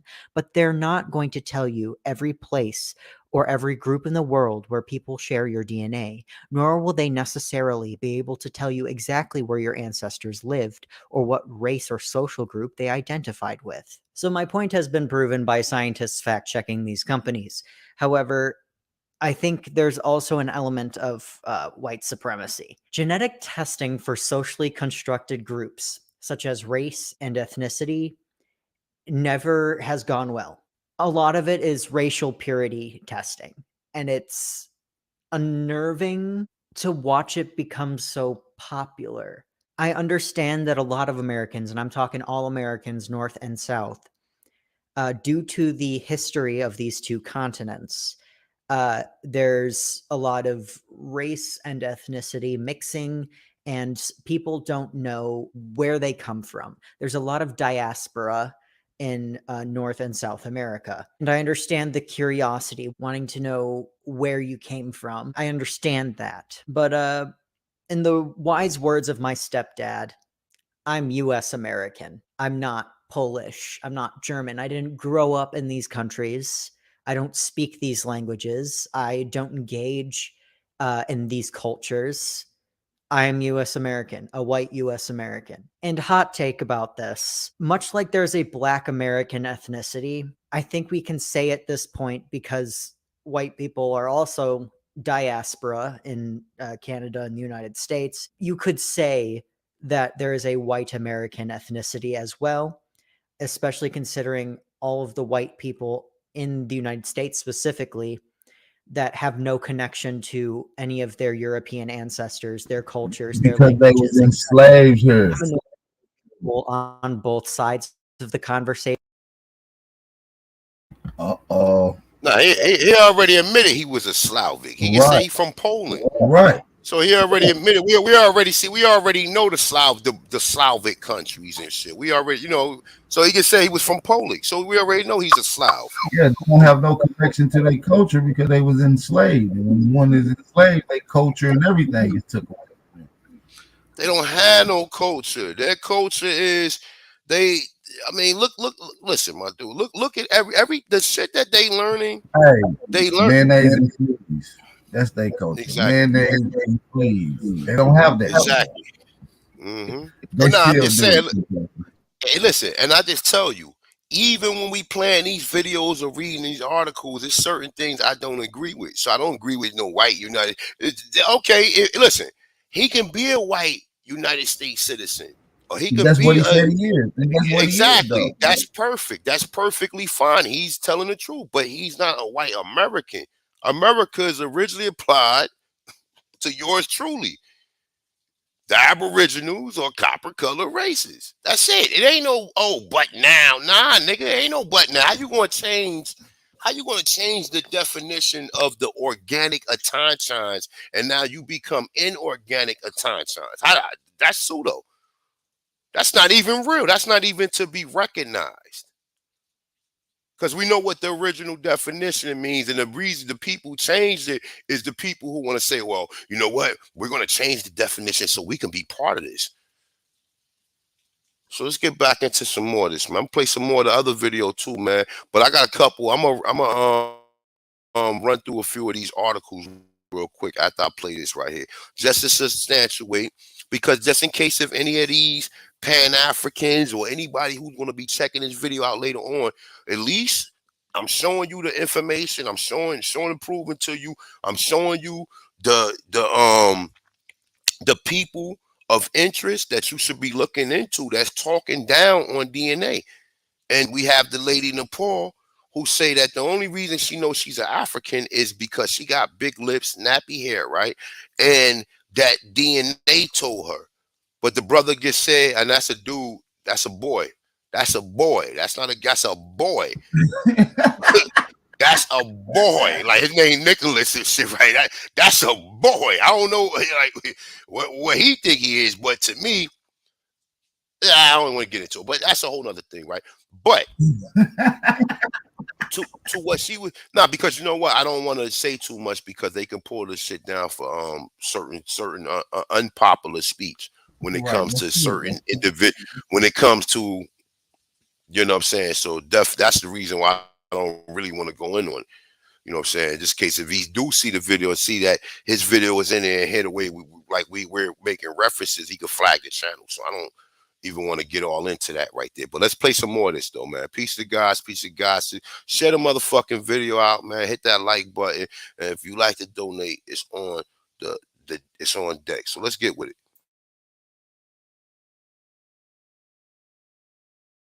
When it comes to this, I'm annoyed with Europeans that assume that all white people in the United States have no connection to their culture at all. That's not true. And I'm annoyed that they have no connection to the culture at all, claiming that they're part of that. All of these Polish girls going to Polish school on Saturday, that they have no and 23. First I noticed is that 23andMe seems to allocate certain DNA. Around 20% of the DNA that 23andMe allocated was just labeled broadly Northwestern European. Ancestry did not do that same thing. Ancestry mostly allocated that DNA. So I think that that created sort of a divide between the two that we'll eventually see here. Second thing I noticed is that while Ancestry did not put in the Indigenous American, 23andMe did. My friend jokingly said that 23andMe will put small Indigenous American percentages in there, so white supremacists that claim that they're Native American won't call them angry, which is a funny conspiracy theory. But no, that's not what's going on here. My great grand. Oh, that's facts. Yeah, that is facts. Yeah, don't try That's to facts. run away from that. Yeah, Your voice through yeah, that Money ear Grip. is mysterious. That's what I'm saying, my dude. They listen, my dude. We ain't gotta ask her. We ain't gotta ask him what he know. What he don't know. We gonna ask him what he know, and everything he don't know, he gonna come out and say it in the video. This is lies by omission right here. You know what I'm saying? But we're gonna get it. We can get back into it though. Listen, please listen up. Grandmother was actually part of the Sioux Nation. She lived on the res for a little bit. She has family on the res. She has a Sioux name and everything. I'm not claiming to be Indigenous American because of this. I didn't grow up with that culture. She did. I did not. But yeah, it is interesting that it came up on this one and not on this one. Not that it matters too much because Indigenous Americans reject blood quantum anyways. So, and I mean, so do I. A third thing I should mention about these results is that they grouped different regions together. Like for instance, 23andMe put German and Swiss together, but in Ancestry, German was by itself. So that made it kind of difficult to sort of compare because I don't know what's what, you know?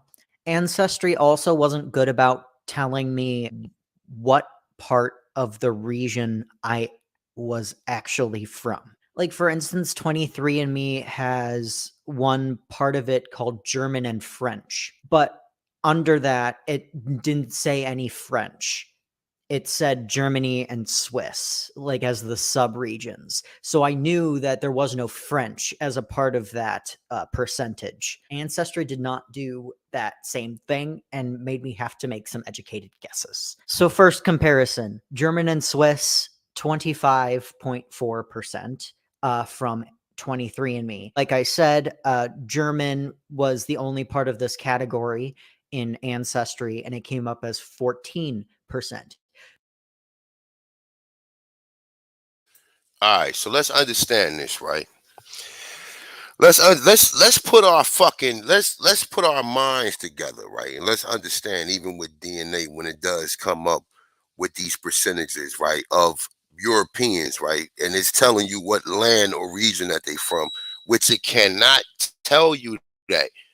It cannot tell you that. They're taking European samples from Germany and they're marking that they're from Germany, and they're testing other Europeans who got the same DNA as all Europeans on the fucking planet, might I say, or whatever. And then they say, oh yeah, you got this percentage or you got this percentage. I think they actually just playing with the percentages. I don't even believe that the percentages is right and exact, because all the percentages will be 99.9% compatible, no matter what way you work it. No matter if you take a motherfucker from Japan and test it with somebody in fucking Greenland, their DNA still gonna be 99.9%, and they're testing 1/10 of a percent. So when I say 1/10 of a percent, you got 1, 2, 3, 4, 5, 6, 7, 8, 9, 10. After 10, you go on to 1%, right? So we talking about, we're still on 0.0.1. We ain't this shit ain't even it ain't even higher than 1% or 1/10 of a percent. You understand what I'm saying? If you understand the math and the way the percentages work or whatever, like it's not even 1/10 of a percent. So the shit is also it's pseudoscience. You can't tell nobody where you from. You can't test just black Americans with Africans, and because we're matching with Africans, you're saying we're from Africa. No, that's not the way the shit works. All human beings on the planet their DNA will all be it their DNA will all match up. because we have all of the same functions that supposedly make us humans, even though we know some of these people are descendants or ancestors of Neanderthals, and when we get into the RH and all that shit, the Rhesus monkey and all that other shit, you know what I'm saying? And that probably what the 0.1% shows. It shows the comparisons, because there will be mutations too when you look at it. There will be mutations too. And even when you get into mutations, you would think that it would be a mutation to take a person out of a hot climate and put them into a cold climate, because it's going to create certain hormone dysfunctions within your body, because you're used to being in one type of habitat your entire existence. So you take somebody from Florida and move them motherfuckers to New Hampshire. You understand what I'm saying? That's what I'm saying. Like, that there will be mutation, but just because your body is evolving and it's evolving to the environment, you can't say that these are mutations or haplogroups that you can cross and you can say, all right, well, this person. No, no, no, no, no, no, no, no. You have similar people who have the same mutations. It don't mean that they're connected to them like that. But let's get into some more of this, right? Peace to gods, peace to goddesses. So I feel like it's unfair of me to compare these two regions because there is a Swiss added to 23andMe. But my question is then, why did Ancestry not say anything about Switzerland? So I feel like even if I do give them the benefit of the doubt, there is still the question of where is the missing region? The disparity between the two percentages aside, Switzerland was not mentioned by Ancestry.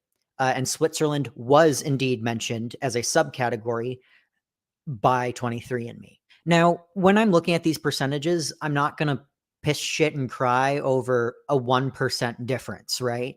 I'm looking at like very, very big differences, like 10 to 15%. I think at that point, it becomes very significant. So for instance, 23andMe said I'm 1.5% Ashkenazi Jewish. Ancestry said I'm 2%. I'm not going to throw a fit about it. It's basically the same percentage. One thing I found interesting about these percentages is that both 23andMe and Ancestry gave me 22% Polish exactly. Why is that the region that they both were like, yep, you're 22% Polish? We just know. We're sure about that one. And I mean, I have been told I look Polish. Funny story. We're going to get off topic real quick. When I was in middle school, a Mexican boy walked up to me. Okay. I guess just like Ashkenazi Jewish, I'm not going to piss and shit about the Finnish percentage difference. 23andMe said I'm 0.7% Finnish. Ancestry said 2%. It's barely enough for me to care. Now, the northwestern region of Europe is when this DNA starts to get kind of funky, because 23andMe put British and Irish together as one region. But Ancestry first of all, Ancestry split Irish and British, and then also put British with like Belgium. I ended up adding the Irish and that weird British part of Europe together to get this percentage. The disparity is large. I will say British Irish from 23andMe is around 20%. British Irish Belgium is around 30% in Ancestry. That is a high disparity. It raises the question, is this just because they do regions differently? Possibly. However, I think the biggest percentage on this that proves my point that you can't really do DNA tests like this and expect it to be completely accurate is the Scandinavian part. The disparity was so large that I think it proves my point on its own. 23andMe allocated 8.7% Norway and Sweden. Ancestry allocated, and I had to add Norway and Sweden, their percentages together, mind you. I feel like I should say that.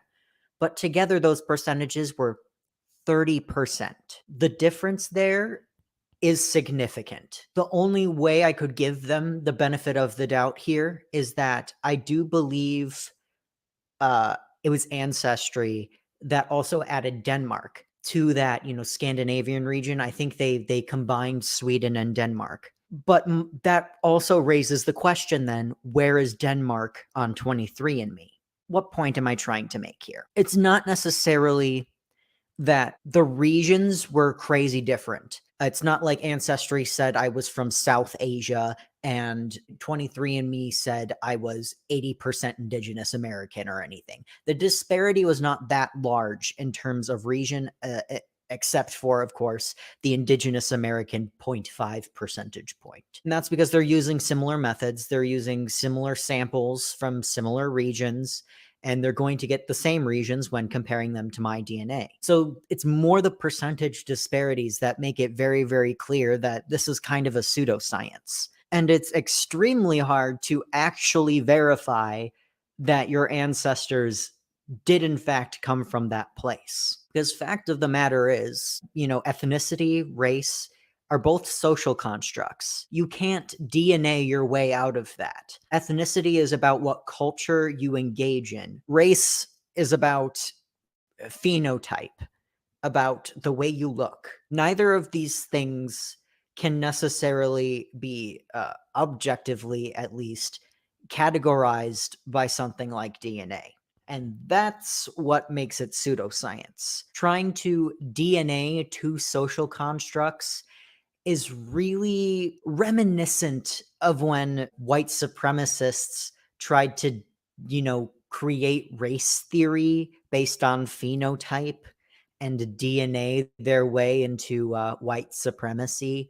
It's too reminiscent of that for me to give this any weight, for me to respect this in any way. And that's beyond all of the scientists saying that it's pseudoscience. I will link an awesome paper about, DNA tests and white supremacy in the same place that I linked the 2 articles that I've referenced.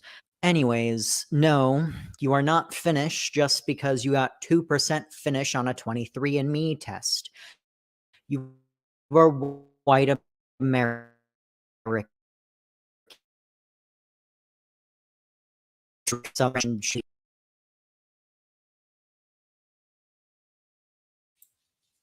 All right. I mean, at the end of the day, even dealing with that, even dealing with DNA, you see, even according to Nicholas, who's a boy, or how do you say? It's all alleged, however it go, right?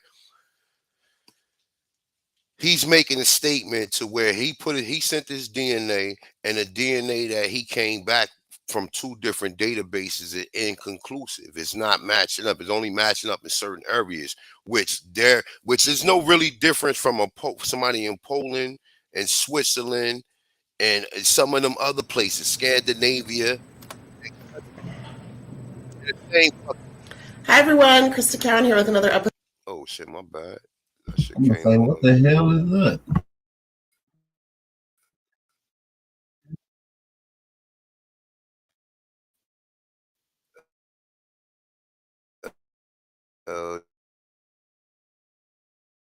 Yeah.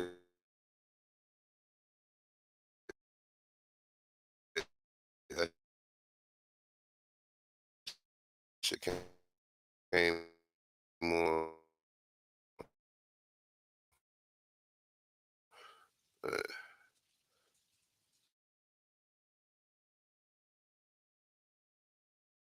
What the fuck just happened? Now that video just came on after the other video went off because I never stopped it.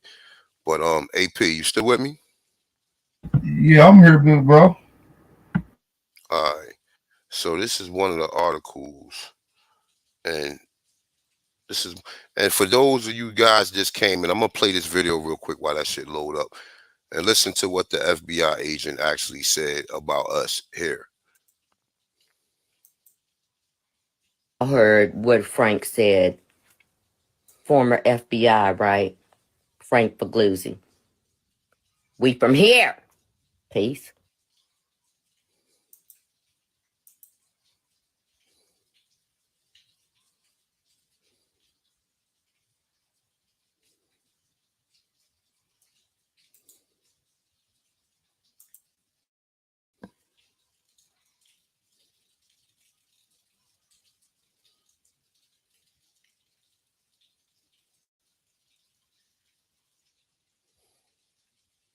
said on MSNBC.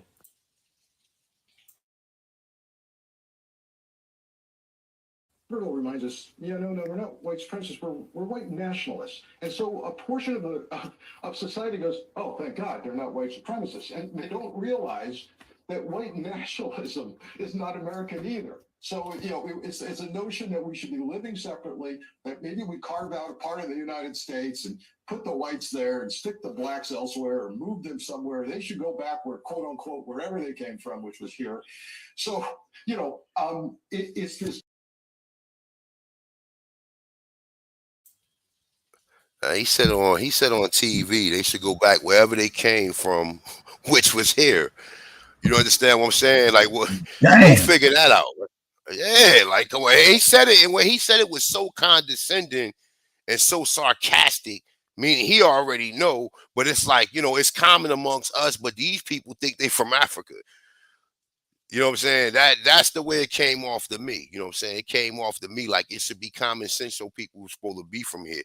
You know what I'm saying? But, I mean, I know that they have a $1 trillion fund, or they're supported by a financial system or a machine, right, that generates trillions of dollars into teaching us this bullshit. And as we go through the DNA shit, we're going to see it again. We're going to keep seeing that, it's people who do not agree with this shit. They do not agree with it. So you have to take that. You have to take that for what it is. You can't keep talking about DNA like it's absolute when you have others, specialists and other DNA and other people who in the field of biology. Let me just say that, for example, in the field of biology, okay? Everybody in the field of biology understand what DNA is, and they can access certain documentation to get certain research that can show either if it's true or if it's false. So let's go into some of this shit, man. Peace of guys. We got 222, an angel number. Hit the like button, share the video out once again. And if you like to donate, my Cash App is on deck. So let's check this one out real quick. And this shit got 80 pages to it. I'm gonna have to check this shit out on another note. But let's see what this is. Because he actually had it say the family businesses, DNA ancestry test, and white identity. All right. And this is actually a dissertation. But if you do a dissertation or a thesis in college, you better be fucking sourced up, my dude. Other than that, you ain't going to graduate. If you got one faulty source when you're doing a dissertation, I'm not going to say you might not graduate, but your dissertation is a large part of you graduating with a master's, right? Well, no, I think a dissertation is for no, it is for a master's. It is for a master's, right? But however it go, right? When you do a dissertation, it has to be right and exact. It has to have sources. When you source one thing, you have to have 3 other sources that support that, and it goes on and on and on and on and on with that, right? So let's say the family business, DNA ancestry test, and white identity. So let's see if we can just go through a little bit of this. It's my first time seeing this, right? All right. So the family business, DNA ancestry test, and white identity. Thesis by Kalan Kita. Let's definitely give him credit. This is Kaplan University. This is in Orange, California. Welcome, California of Arts, Humanity, and Social Science. Submitted in partial fulfillment of requirement for the degree of the Masters of Art in International Science. International Studies. Sorry about that. Yeah, as you see, it's a committee. So they had a committee of 3. They're all PhDs, according to them. Since y'all want to deal with fucking scholarship, right? So it says thesis approved. Boom. See signatures. We see other we see the PhD, the chair people who signed off on it that approved it. All right. So it's actually, hold up. Let me see. Oh no. All right. That's the same 3. So let's run through this real quick. All right. So family, hold on, let's go back. Family business, DNA ancestry test, and white identity. All right. And like I said, man, all of this shit goes back into eugenics. All of it. Even when they trying to hide their motherfucking face, it all goes back to it. You can trace everybody back to the same fucking people. The same way when they do these RICO cases against these gang members or the Italian mafia, they tracing everybody back to one person, to this person, to that person. And the same thing is done when you doing the research and you tracing who these individuals are associated with and who are the individuals they hang out with, right? Because they always tell you you're guilty by association, right? So let's go into a little bit of this, right? The family business, DNA ancestry test, and white identity. DNA ancestry tests have emerged in the past 2 decades as an exponentially growing industry and advertisement. For these products in recent years, households throughout the global West, this research explores the history of nations and race as human social categories and how these concepts relate to modern studies on the consumers of DNA ancestry tests and participants in the hobby of genealogy. Let me open this up a little bit, man. Let me get this shit small. Let me close this shit down on the side right here.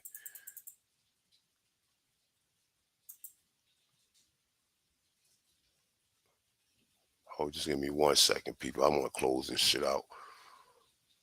I don't think it's letting me. I'm gonna have to open it up, but that's large enough right there.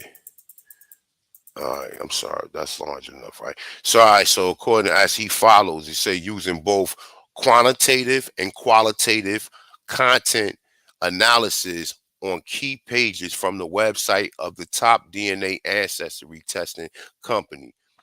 This research identifies examples of advertisement where historical oppression is ignored in favor of highlighting pseudoscientific ideas about identity and enforcing a female gender role as caretakers for both family genetics and cultural traditions. Findings on how DNA ancestry tests already interpreted by consumers note that the white nationalist group already favored them for promoting claims about the genetic reality of racial categorization and the existence of genetic purity. Now, the video I just played with the FBI agent, he mentioned white nationalism, right?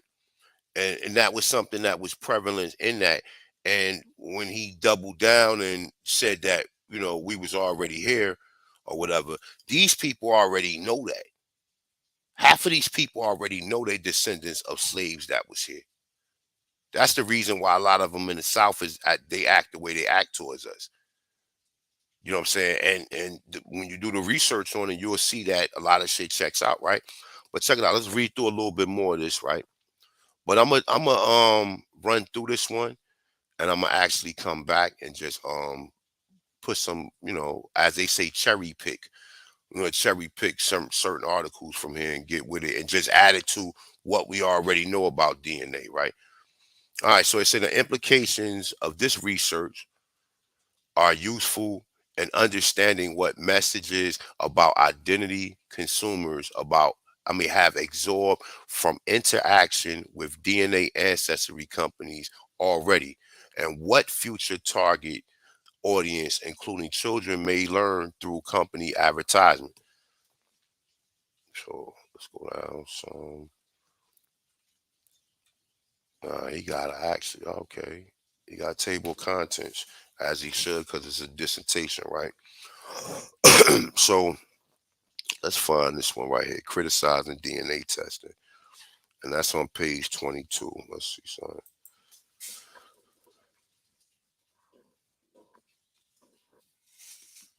All right, you know what? Let me see.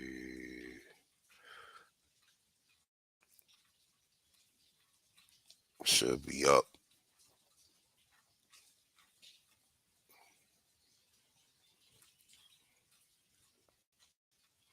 A lot of times you run across a lot of these dissertations, they're filled with credible information. I think it's a little off because it's on the PDF format. Let me see something.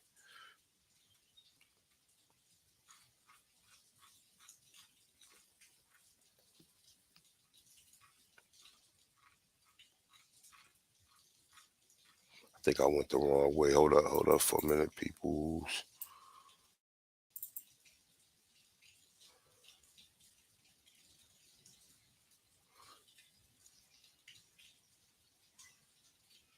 All right, so it's probably past 22.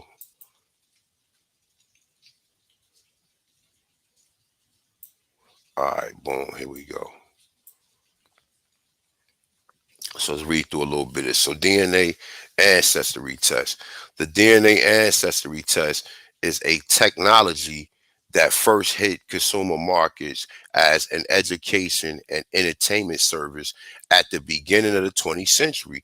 Before the test was marketed for individuals, they was used in paternity testing and to claim membership to indigenous tribes and acquire the benefit afforded to that tribe.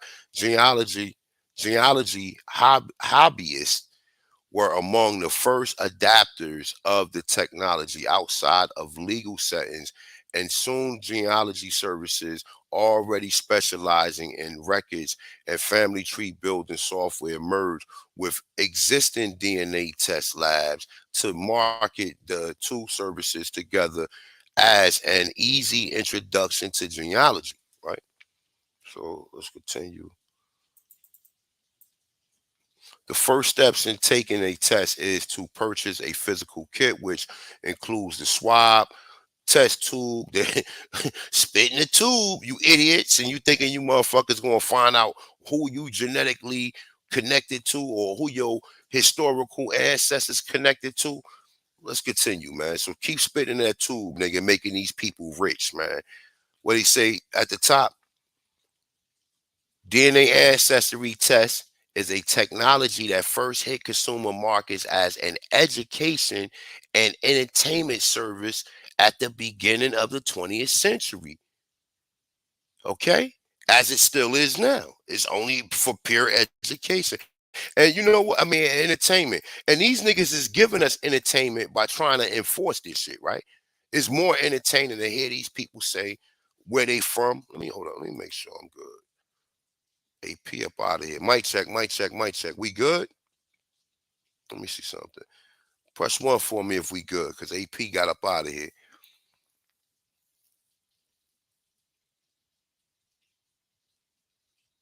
I'm talking to y'all in the chat room. Just hit one for me if you guys can hear me. All right, everything is good. All right, so cool. All right, so let's get with it, man. Peace to gods, man. Peace to everybody in the chat room, man. Peace. You already know what time it is, right? So, all right, so let's continue. Let me just make sure this is a continuation. Yeah. So, all right. So, physical kits include swabs and test tubes and mailing material required, right? So, you spit in a tube and mail it to some stranger who you don't know, and they can tell you where you from, and then you can go around there and speak on this shit like it's absolute and it's factual, and you just say, oh well, I know where I'm from in Africa because I did my DNA test. But like I said, don't come over here with that bullshit. Don't come over here with the DNA shit. Don't come over here with the pseudoscience shit. The gig has been up. So let's continue, right? So collection DNA cells from the individuals and send them to company labs. At the labs, the cells are analyzed, decoded, and compared to other samples in the database, especially the reference DNA. The reference DNA includes the first sample gathered by companies, specifically sought after because it is DNA from people whose ancestors have lived in the same place for generations. The lab uploads the decode DNA and comparison DNA to the company websites. The notes, and notes where similarities between samples occur by labeling a percentage of the customer chain with the name of the population where the reference sample was taken. The customer signs up for an account with the company website and can review both their genealogy matches to other websites, users, as well as percentages of similarities to the reference population. After the account is created, the website will automatically update the user profile and with a new user match and shift in the percentage as the lab references panel grows, right? Listen to this shit, man. You've been duped, my dude. And even for the fact that you want to enforce that you are a slave and you want to emphatically say, my ancestors were slaves. We was being oppressed for the whole since 1619, which is asinine. We got too much research showing that Negroes was chilling from the time that they brought you here as a slave until the time that they say they went to the Civil War and freed y'all motherfuckers. Do you know how infuriating that puts you in an inferior position to say your people was born here, your people was whipped, your people was beaten, your people was lynched, your people worked from sun up to sundown, your people was being controlled as property. But then we find out that that's not right and exact, and that's not true. And like I said, me personally, I don't believe no Africans came here because everybody in the chat room at one point in time believed that they was African. So now if you take yourself out the equation of you being an African, how many other people are out there who are actual Atanchans or Aborigines or Indians, if you will, to the Americas? How many? But some of these brothers and sisters are programmed by the general education system, which was also funded from eugenics, right? Because the Rockefellers, all J.P. Morgan Chase and the Pelham family and all of them 13 families, the eugenics society was one of their cronies to promote this false information. And now they got niggas spitting a tool, creating a database, and these people telling you where you from when these people don't even know where they from. They don't even know where the fuck they from. So let's get back into it, right? Let me say, hit that like button, man. Share the video out. If you like to donate, the Cash App is on deck. We got 219 people. Peace to gods, peace to the goddesses, peace to Aborigines, North, South, Central, and the conjoining islands. Let's get back into this, right? Interesting, right?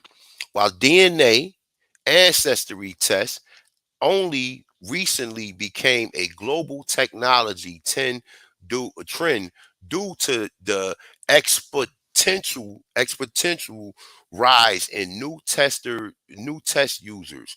Scholarships of DNA test usage and identity formation has grown in the 2 decades since this technology was first popularized in media and marketing. Okay, so they popularized it, they propaganda this thing, they programmed everybody the same way that they programmed everybody, the Oppenheimers and the De Beers, how they went into Africa and then found these diamonds, and now they just have to find customers for it, right? They find these diamonds. You're not just going to buy them because they glitter, because we've been seeing diamonds for years. You have to put something that's backed or something that's going to captivate you into buying a diamond. So they make a commercial. They have a Slavic man or Slavic gentleman come up to the Slavic woman and put a ring on her finger and propose to him. They made that the symbol for love, the same way that they propagandize everything else. Everything from this shit, from the diamonds and smoking cigarettes to baking the eggs for breakfast, all the way into gangster rap, and we calling each other ops and killing each other. Go figure that shit, right? So it was first popularized in media and marketing.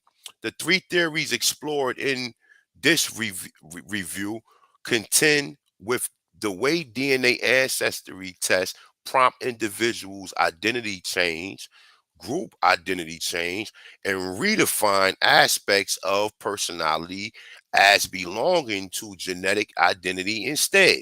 Each of these theories provide contents of how consumers and the public at large first prioritize different identities in reaction to the availability of DNA testing technology. While consumers receive new information from a DNA ancestry test about their ethnicity identity, this new information has been observed and processed in a specific way referred to in the literature of genealogical or I'm sorry.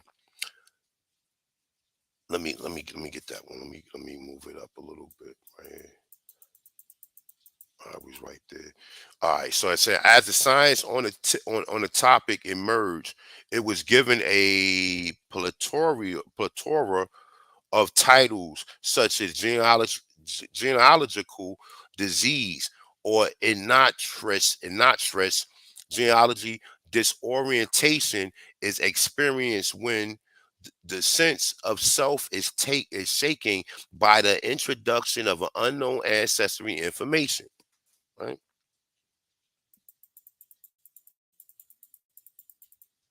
New information alone may be integrated into the sense of identity easily in some cases, or not at all if the information is considered unimportant. It is a combination of valuing information about genetic ancestry for the purpose of self identification and considering test results a surprise that produce the disorientation.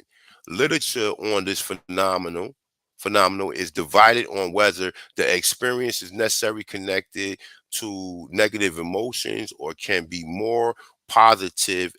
Can be a more positive experience. In addition to the outlines, this phenomena research genealogy disorientation has been conducted to determine the way it affects different populations.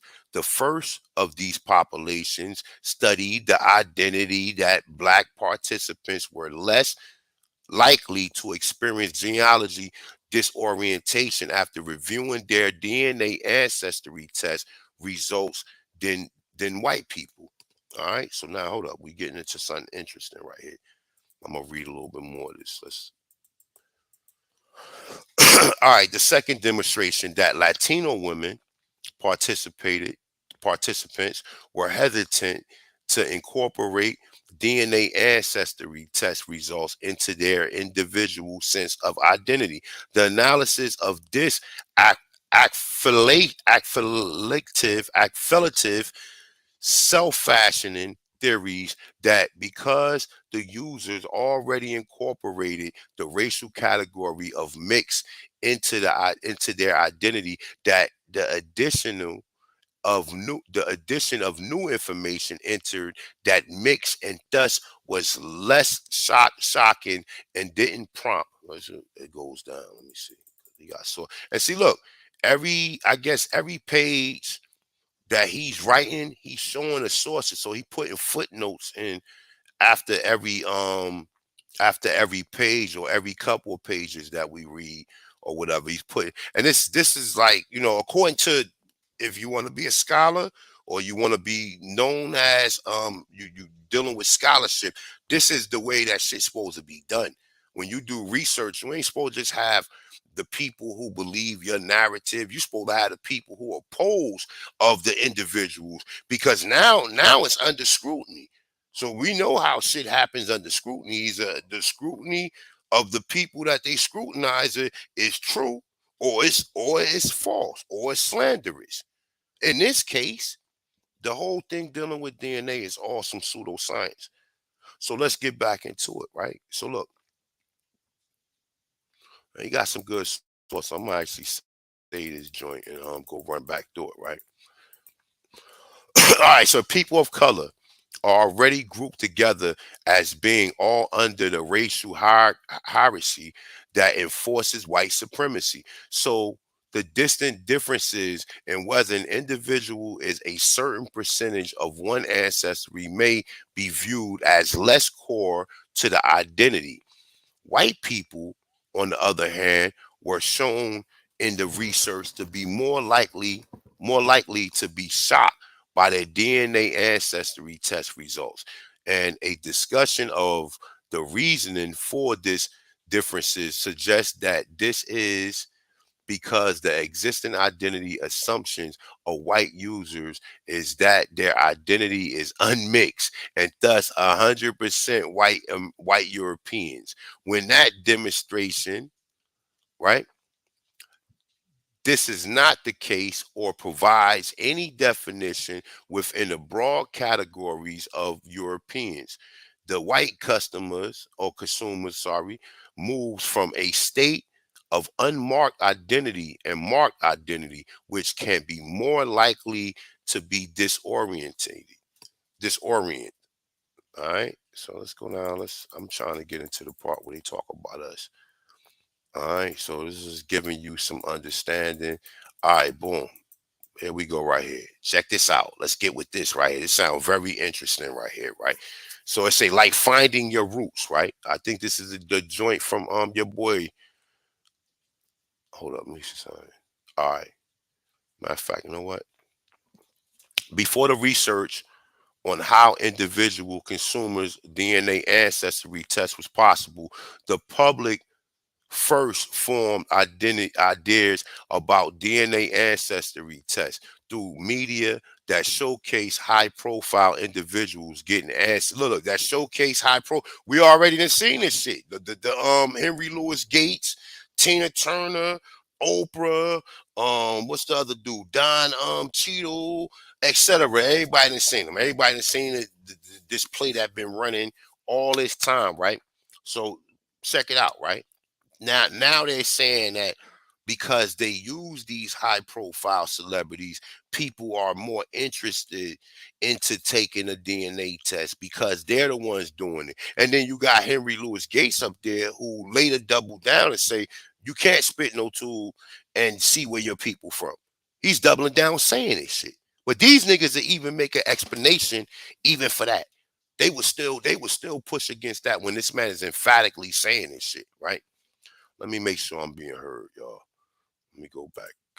All right, Mike. Yo, I can hear you, big bro. You good? All right, so check this out right here. Now it's getting interesting, right? So, all right, so it say before the research of, I'm gonna go back.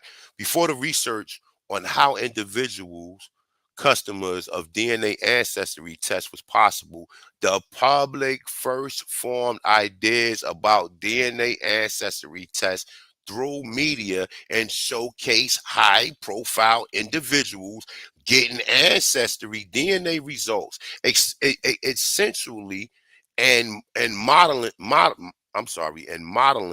the process of how the individual could react to the information. We already talked about it. The Oprahs, the Tina Turners, all these individuals who was persuaded. I mean, like I said, Oprah, man, she probably know about aliens. They done probably filter up with all types of. She know we was already here, right? But check it out. Let's get into it, right? So it's in theories of whiteness stemming from the early portrayal of the technology through television entertainment similarities provided a model to customers or consumer level DNA ancestry companies who can learn lessons from the content that was well received in the entertainment industry in order to provide entertainment to the customers or to the consumers. Okay. All right, so they already showing you the plot right there. The play is already in full fucking effect, man. When you hear that type of talk, now it's now it's a conspiracy, man, or now it's something that's being projected so certain individuals can buy into it. Cause these niggas keep crying, oh, where I'm from, and your family already told you where you from, but you relying upon this education and entertainment system to tell you where you fucking from, and then you stand on it like a total idiot. You stand on DNA like a total idiot, and there's look. I'm reading this. This is just some additional shit right here. I'm reading. I'm not gonna probably go through it all, but I got what.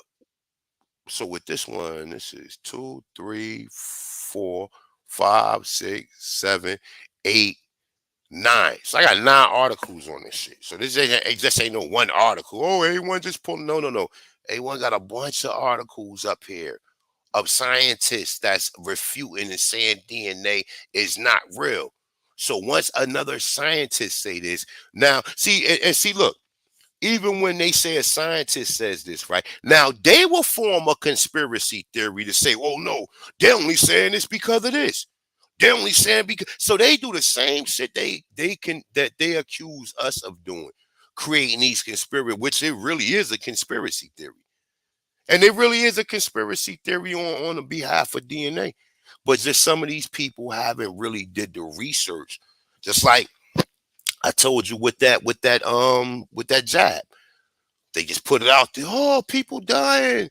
If you don't take this, you have a better chance of surviving it. People already survived. That shit got a what?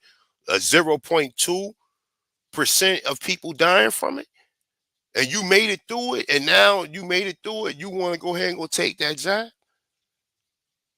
And I don't even want to call it what they call it, the blood clot jab, but that's a whole nother story, man. Good luck to anybody who took it, man. Go get a blood cleanser, right? Go clean your colon out and just eat nothing but green vegetables, man. To change your blood and to be able to put the nutrients back into your blood. All right, so let's go into it, right? So look, in finding your roots, everybody is familiar with that, right? I hope at this point in time, right? Now check this out, right? Key and crucial things is going to take place in what I'm about to read right here. But check it out. And don't forget what the FBI agent said, and don't forget what these Pan-African idiots has been saying, right? All right, so check it out. So like finding your roots, right? Who do you think you are? African American lives too.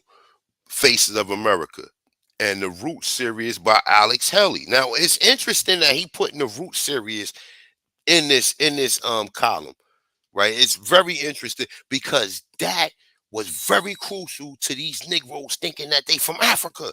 And then you find out that the book is plagiarized and the whole story falls apart.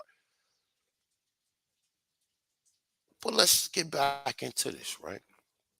And the Roots series by Alex Haley all contributed to the general public experience and early exposure to DNA ancestry testing even before it was available at an accessible price point. From analysis of the series of their DNA ancestry test narrative, researcher Matthew Elliott, you got a researcher right there, expounded on the concept of normative whiteness. This refers to the presumed default ancestry of white people in a given population. In this case, he studied American television series and drew conclusions about American normative whiteness. In previous generations, the default ancestry narrative for a white American would be that the individual ancestor arrived in America as pilgrims on Plymouth Rock. And this narrative established that the average white American was culturally and ethically connected to the war for American independence and the founding fathers of the country, right? So let's go down, man. I want to see if he's gonna kind of go more into our shit.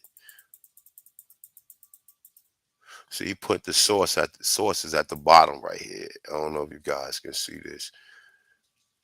So he's sourced up right here. So everything he's saying, he leaving footnotes.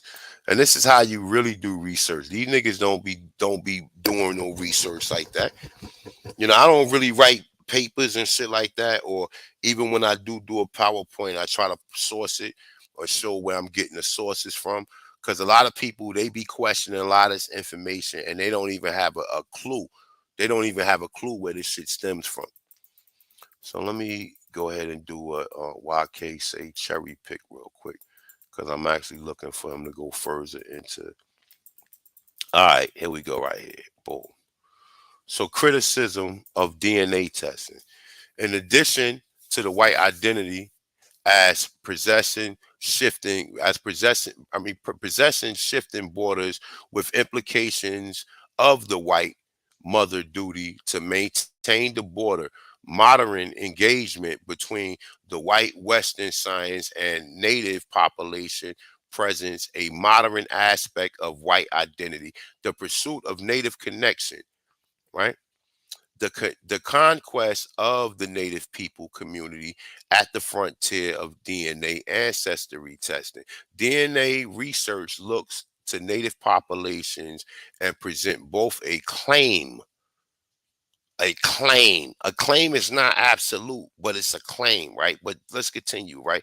Both a claim to a genetic material or supposedly ancient population, while also denying historical narratives of native people with DNA narratives presented as a definitive human narrative, right? So let's continue. Let's read some more of this. So DNA projects, both commercial and scientific, continuously search for purer populations who are the latest of descendants in a long line of people occupying one region. Sampling and storing the DNA provided by members of these pure populations in a marketable part of a DNA ancestry test industry with a larger and purer reference panel. Consumers can be assured that their test results accurately represent the truth of their origins. The replications on the idea that there can be a peer member of a population echoes racist myth and a racial purity of the white race. I'm sorry. Hold on, let me get that up because that should just fuck with my eyes. Along with the myths of using DNA as their proof, Western scientists claims that all human beings are interconnected, right? As we've been saying, right? Interconnected.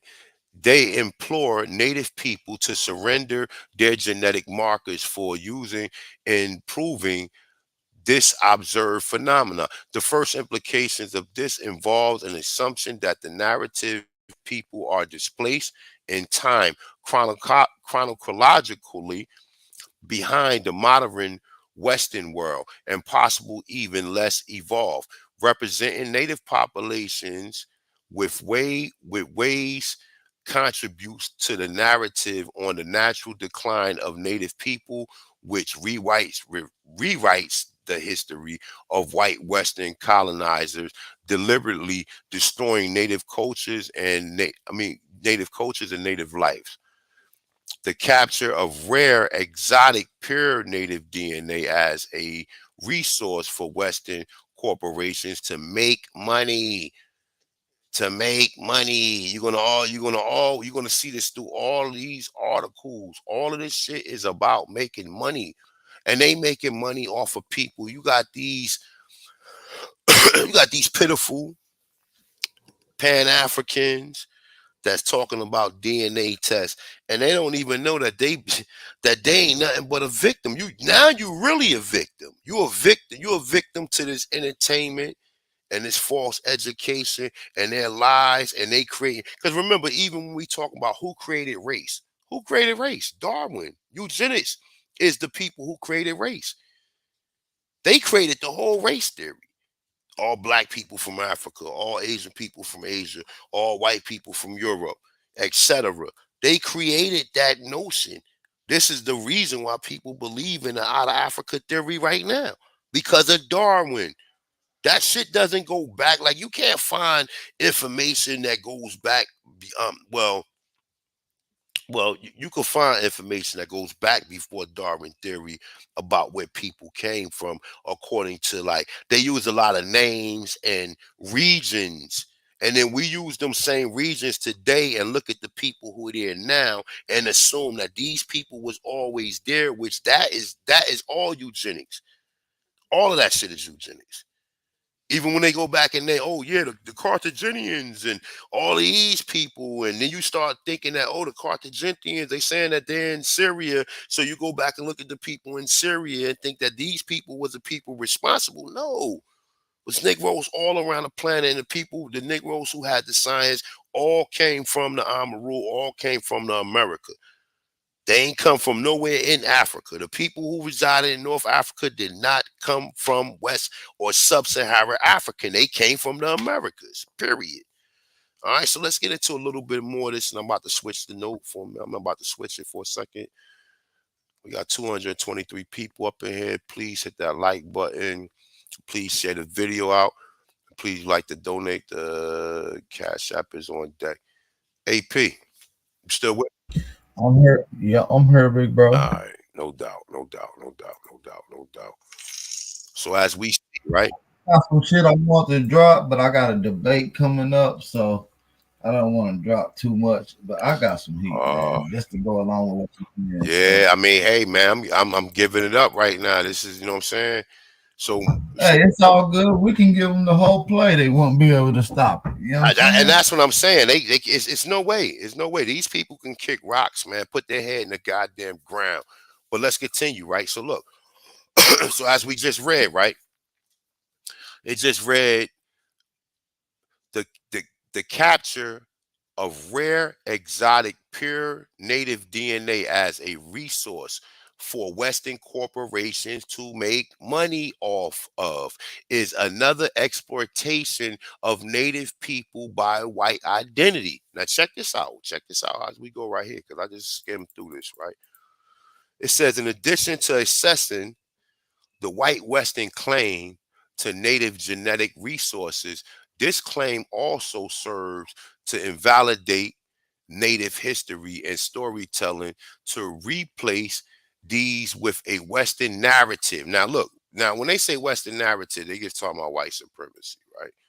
They talk about their narrative that they created through all of these school systems that you send your children through, that some of us done been through, right? Well, most of us done been through, unless you over a certain age and you can remember back when your people homeschooled you, or you had a community to where you had certain how do you say, certain education lessons being taught there. But since the 1906, everything from Brown versus Board was one of the first instances when black people or aboriginal people tried to join into one of their schools. Prior to that, we ain't go to none of their school. Prior to that, we had our own teachers and we was learning our own history. So check it out. So, all right. So it say this claim also serves to invalidate the native history and storytelling to replace these with a Western narrative that hinges on DNA as a storyteller. An example of this being when Western genetic scientists contacted the Aboriginal Australian. Don't get the word Aboriginal mixed up with them people. We are the original Autochtons, right? But anyway, the Aboriginal Australian, for use of their DNA in research. They insisted on the DNA narrative that Aboriginal people are originally from Africa, along with the rest of the human population. Right now, check this out. We getting somewhere up here. Oh shit, I passed it. My bad. So, okay, hold on. Let me make sure. All right, so Aboriginal history locates the Australian continent as a place origin for Aboriginal people, and tradition storytelling practices ensure this history lives on. Western scientists are not only seeking their own origins in a native population, but also effectively speaking over narrative stories and sparsely, sorry, redefines native population. Each method of breaking down cultural and ethnic distinctions between these groups replicates dynamics of cultural conquest and updates them in accordance with modern technology. These examples of colonization to work demonstrates how the connection between race, nation, and ancestry and historical underpinning that can continue to reflect myths of white identity unless significant steps are taken to ensure that the DNA narrative resists falling into the same pattern of language, right? So that's telling you right there, right, how they just tricked them. And one thing I liked about what he put in here, right? I'm gonna read it again, right? It say Aboriginal history locates the Australian continent as the place of origin for the Aboriginal people, and tradition storytelling practice ensures this history lives on. All right. So I guess they're saying that their families or the shit that's being passed down is telling them when they trying to go back and rewrite and tell these people that they came from Africa, because they doing it to them too. And that's an excellent point of something you have to understand, right? They saying all people come from Africa because that is all under eugenics, right? So let's go down a little bit more. So I think we went through that. All right, yeah. So let's go to the next page.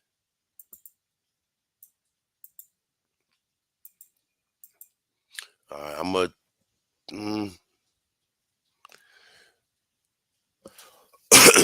gonna touch on a little bit of this real quick. Let's see something real quick. All right, I'm gonna touch on this and then I'm gonna go into the next one. But I will be revisiting this article, and we're gonna go through this in its entirety, along with have some other information that verifies. And he got plenty of sources there. So when I get a chance, I'm gonna run through the sources just to be well equipped with this topic. You know, because I run across a lot of people who talk that DNA shit offline and tells me, "Oh yeah, me and my family, we did our DNA test. We say we're from Nigeria. We from yeah, okay. You believe that?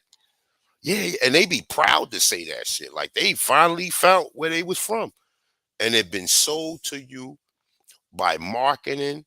It been sold to you by propaganda. It been sold to you by other sellout Negroes and other actors and people who basically took the oath to keep you deceived. All right. So to address how DNA ancestry test companies incorporate constructs of white identity into their marketing, I turn to content analysis to capture the exact text and image that the company marketing uses. Content analysis has been favored by other researchers studying the impact of DNA ancestry tests as well, while other researchers have looked into newspaper articles, blog posts, forum posts, and TV series. These forms of content are captured different types of media, a step removed from the test consumers themselves encountered. For example, the choice to study newspaper articles reporting on DNA ancestry tests and their abilities was made because at the time of that particular study, the number of DNA test consumers was relatively low, and marketing for these tests was more sparse. Similarly, researchers in the past made a choice to study television series and celebrities and other unique individuals were shown their DNA ancestry test results because the television series was more likely to be a way in which the potential DNA ancestry test consumer first learned about these tests. Okay? So as you see, they're marketing it to you. And then they marketing to you with an agenda. They ain't marketing it to you and making it absolute. They're marketing to you with an agenda. They got these Negroes, right? They got these Negroes taking these tests, and they all have. We done seen the shit on Henry Louis Gate. We done seen it. And if you don't see it, go back and check it out on YouTube. I got too much shit pulled up to go back and pull up the videos, but everybody done seen them when they was and there was a one lady on there. She was like, when he came back with the results, she was like, nah. She looked like she didn't believe that shit. She was like, nah. My people told me we was Indian, and then I think he doubled down on it and said, nah, you're not Indian. You're not Indian because of these fucking pseudo science DNA companies that is actually marketed for Negroes. Because as we read before, it said most white people believe that they're 100% pure Europeans. This is what they believe. So they don't need to do they don't need to do a DNA test, right? But that's a whole nother story. But let's get back into a little bit more of this, right? All right, so I made a choice to forego content analysis on forums or blog posts because of the internet culture around these forms of media and subside in popularity. In the past, blog spots on the subject of DNA ancestry was more easily arguable, into one feed for analysis, and this research could yield interest, resulting about the attitudes of the general public towards DNA. So that's what they're saying, that a lot of these spots where people go and you hear people talking about it, it can, like, for the individual that is curious to see how DNA works, right? Because a lot of people just go with whatever they told. They just do. The motherfucker just go on an escalator and just go up. They don't stop and turn around. They don't know where they going. They just go. Oh, I trust the people who I bought this from. I trust them. I trust DNA. I trust DNA companies, right? So let's hold up. Let me see something real quick. I did say I was gonna come back to this. So let's go. Hold up. I'm gonna go into like two of these articles, and I'm gonna do a part two. But I'll open the panel up if anybody want to come through. I know AP still on the panel, right? Oh, AP rocking out, man. We got 220. Yeah, we in this motherfucker, man. Yeah. I'm going live at 3, so make sure y'all get ready. Okay. If you ain't subscribed, go over to Aboriginal Power. All right. So we're Subscribe. gonna rock out the 3 then. Let's get with this shit. So, all right. So, boom. Let me see something. I had something else right here. All right. So, boom. This is another, before I go into this article.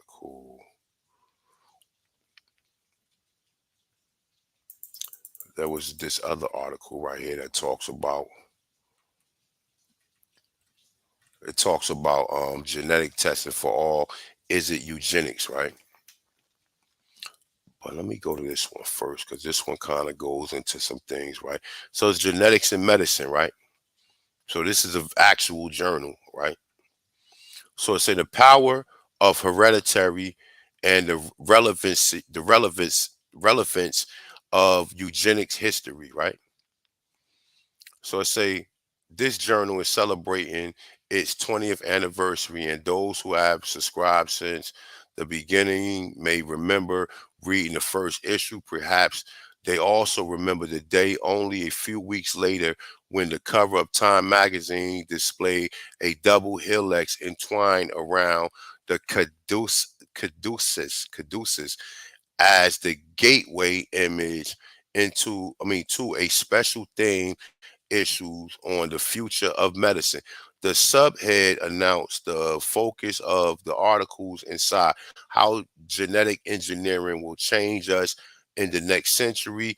These were articles about the race to map the human genome using DNA to solve crimes, genetic privacy, gene therapy, cloning, right? Which is very interesting, right?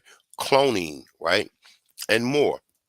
But compared with the excitement and hope conveyed by most of the futuristic reportage, one piece stood out as a dark and foreboding. It was titled "The Curse by Eugenics," right? Cursed by eugenics, right? So that's interesting, right? Once again, we go down the paradigm and we see that eugenics is playing a big part in all the scientific most all the science that's coming out in the 20th century, right? But nonetheless, he said it was titled "Cursed by Eugenics," right? And it was introduced by a dramatic assertion, a belief that human intelligence could guide evolution led the world to concentration camps, right? So he goes into they talk about the Jews, but I'm looking for something particular that's let me just scroll down because it was something that I read in here.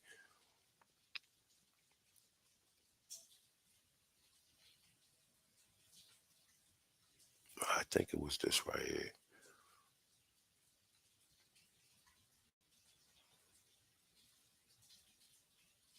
I bet. So let me rock through this right here, right? All right, so what was eugenics? The standard accounts of eugenics begun with the definition of English gentleman Francis Galton gave to the word in an 1883 essay. He explained that the Greek roots of the coinage for the new well-born science, which he wished to focus towards the goal of improving the stock of the future generation. Galton aspirations took a particular turn in 1904 when he funded a fellowship at the University of London that matured into the Galton Chair of Eugenics. Galton writing had a powerful impact on those who took up the banner of eugenics in the years before he died in 1911. And less than 2 decades, the word he invented to describe this new field of study has spread with his ideas around the globe, right? The description of eugenics is fine as far as it goes, but we should not make too much of the Galton beginning of all things eugenics, or of how the word funded expression in England, where it first appeared, and America, where it has been focused of an avalanche of studies. Even in the United States, it is difficult to describe all the things that eugenics meant to the public within the time frame that spanned the entire 20th century. As for other countries, recent scholarships have revealed many international versions of eugenics that stand in contrast to of thought, no, to strands of thought we have become familiar with in the United States, right? So let's go. So eugenics was no, I'm sorry. Eugenics was many-sided concept that became con- concrete in a variety of words. I'm sorry about that. Somebody making some fucking noise downstairs. Let me go back over. Every time I start doing a bill, my neighbors start playing fucking music. I don't know if you guys can hear it though, but I can hear this shit. All right, so let me go back. So eugenics was a many-sided concept that became concrete in a variety of ways, from political movements to voluntary or social programs. In general, it was forward looking and signaled a hopeful progress. To some, it meant educating pregnant women to prepare for the rising of well born babies. To others, like the writers who claim eugenics as a higher branch of hygiene, it was little more than a cultural clinch, since some things done in the name of eugenics, whatever. Let me skip over that shit right there. Let me go right here. I'm gonna go into this right here. So eugenics lawmaking. The idea that people had a moral duty to cultivate a healthy lineage and choose mates wisely has been common for centuries. What made eugenics advocate unique in America was that it focused less on individual initiatives and more on the role of government. Eugenics advocated for government to inventions, including laws and policies that would give the state direct influence over the procreation. Now, look, they go to show you, we already see direct over procreation, meaning abortions, program for planning. We already see that they already involved in that type of shit, right?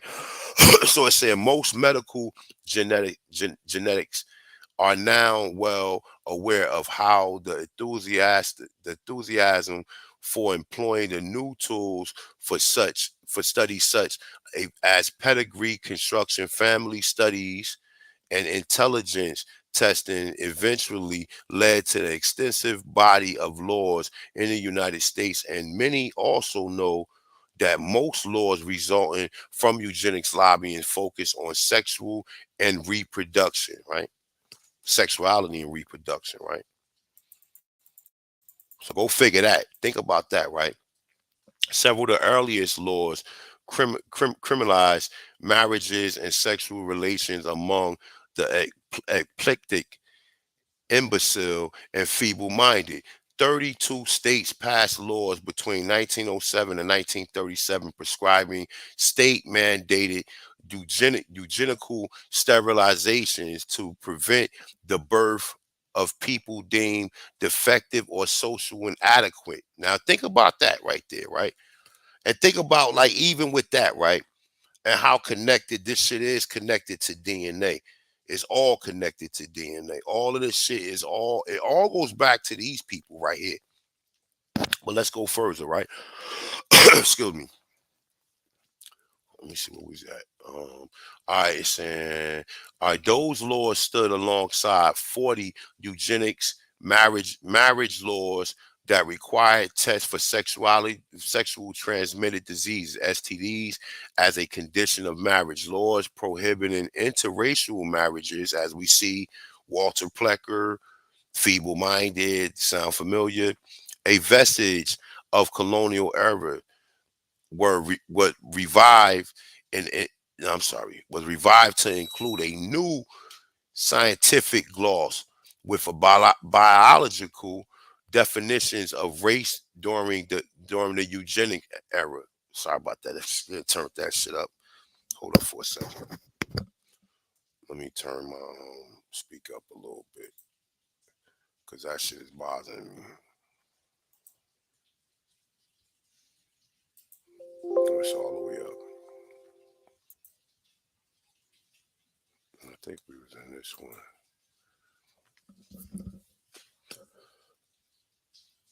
All right, so I think I was, hold up. Now, you know what? I'm going to go into the other article because this one, it was supposed to go into the DNA shit, but I think it's all the way down here.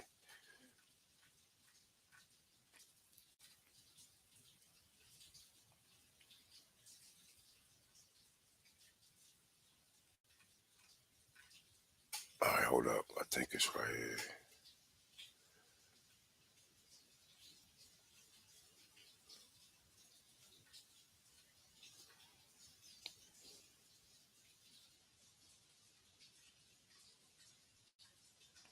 Well, definitely hit the like button. AP, you still with me? You? I think I'm here. My mic was muted. My bad. Yeah, I'm here. I'm here. Yeah, I'm here. I'm right here. Go ahead. Let me find my position in this article real quick, and just go Do ahead and your rock it to thing. the Do your people. thing, man. Tell the people what you got coming up today. Man, we got some fire heat coming down today. I got quite a bit coming up for you guys today. I'm going to be doing the members only, decoding the 1619 project, the history that never happened. No Africans arrived in Jamestown, VA. We'll be breaking that down, members only. All right, members only. So make sure y'all get y'all memberships. Also, I'm gonna be reacting to Sister Bethy destroying some of those Pan Africans today. Okay. We're gonna be reacting to Sister Bethy over there, beating up on some of those Pan Africans. And also tomorrow, I got a classic heavyweight jam. Aboriginal Power, this one, Dane Calloway talks reparations, history of Aboriginals, blacks being here, and more. So make sure y'all tap in. Yeah, we working. So shout out to everybody, man. Make sure y'all tap in. If you ain't subscribed to the new channel, make sure y'all run over there, subscribe to the new channel. We got a whole new channel. So all you gotta do is type in Aboriginal Power or Aboriginal Power Reloaded. The new channel should pop directly up. Make sure y'all go subscribe. Make sure you go subscribe. All right. So yeah, man, we breaking down a lot of history, man. We getting to it. I might even give y'all a glimpse of Nepal lying ass. I got some shit in the cut. I got clips. You know, I got clips. You know, but Sister Betty, you could definitely go into it. Man, you could definitely go into it. Because like I said, there's a lot of shit dealing with that, right? Hold on, let me go get some water real quick. You know, turn that motherfucking music up. I had to go in and go stomp in my cause I could hear the shit vibrating. You know what I'm saying? And that shit bothers me. Like you trying to sit up here and focus on something, you hear motherfucking beats and shit vibrating. Just hold it down one more second. I'll be right back. You good. I just want to give them a little sneak peek of something real quick here in just a second. Let me go to what I want to go to. I want to give y'all these little drop real quick. I got some little drop I want to get to.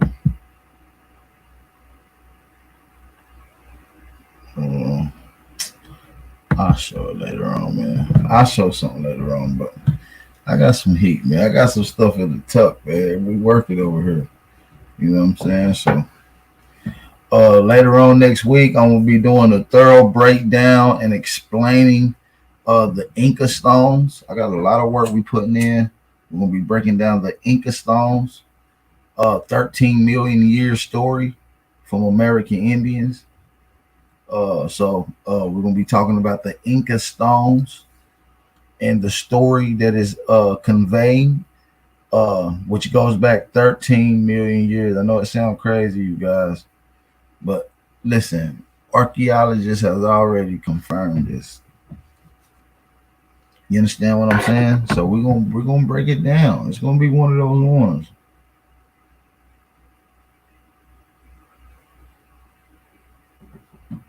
You understand? Shout out to everybody in the building. You're doing a horrible job representing Tennessee with them pale-skinned people.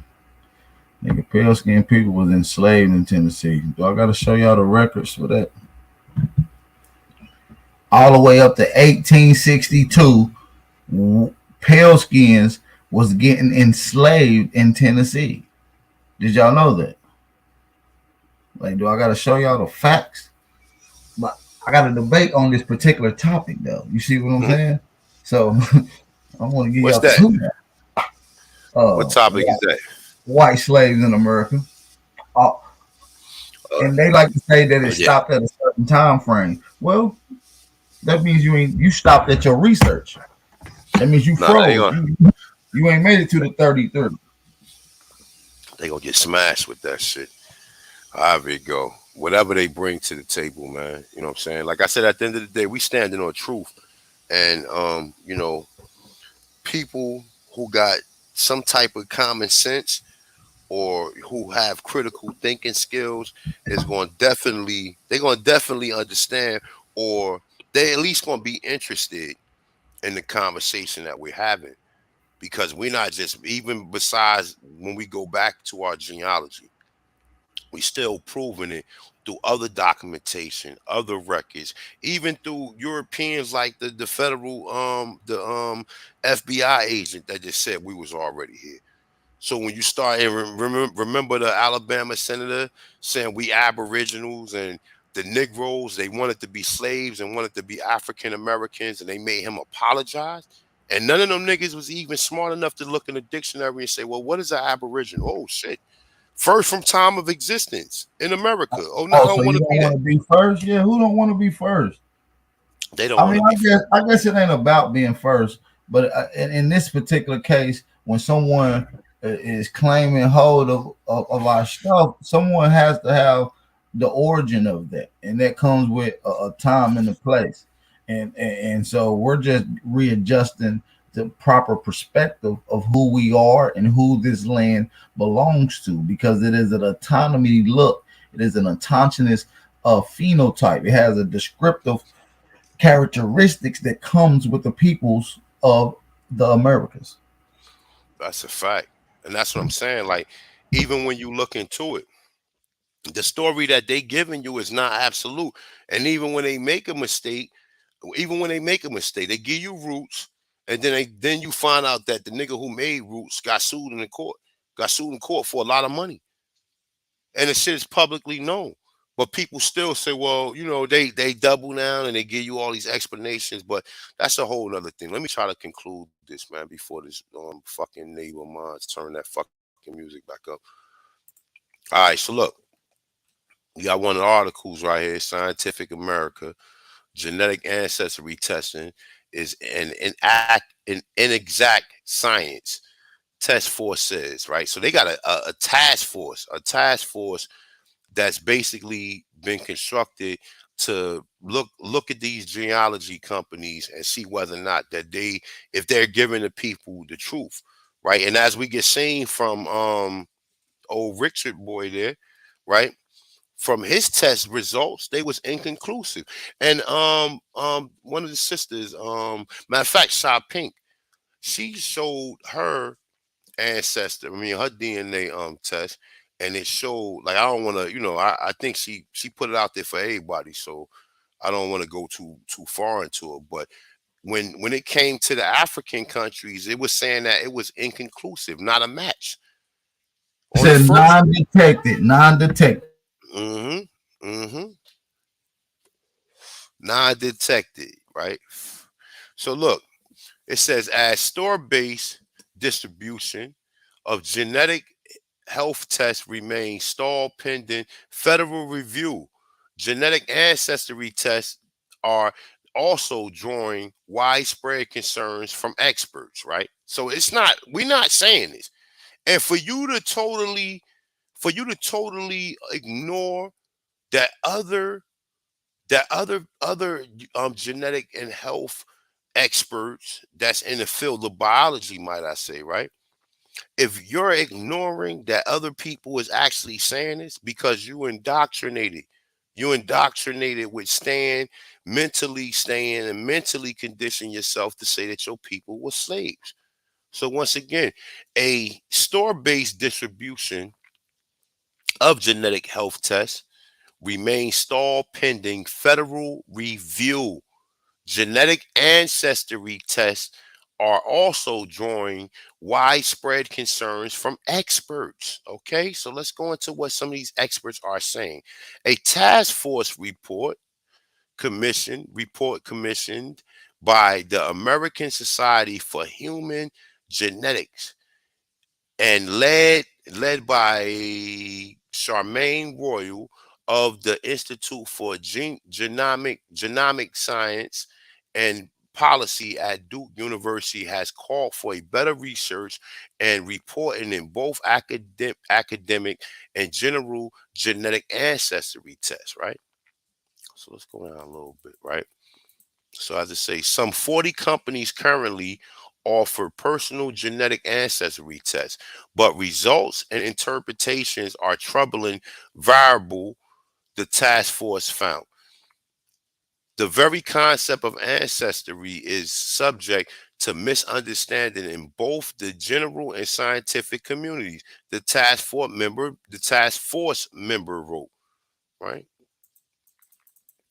So it says scientists who research population histories have troubling sorting out definitive answers about geographic origins of ancient migrations, and they generally work with larger and more statistically weighty samples rather than with data from a single individual. Although databases are references, genetic sequences are growing rapidly.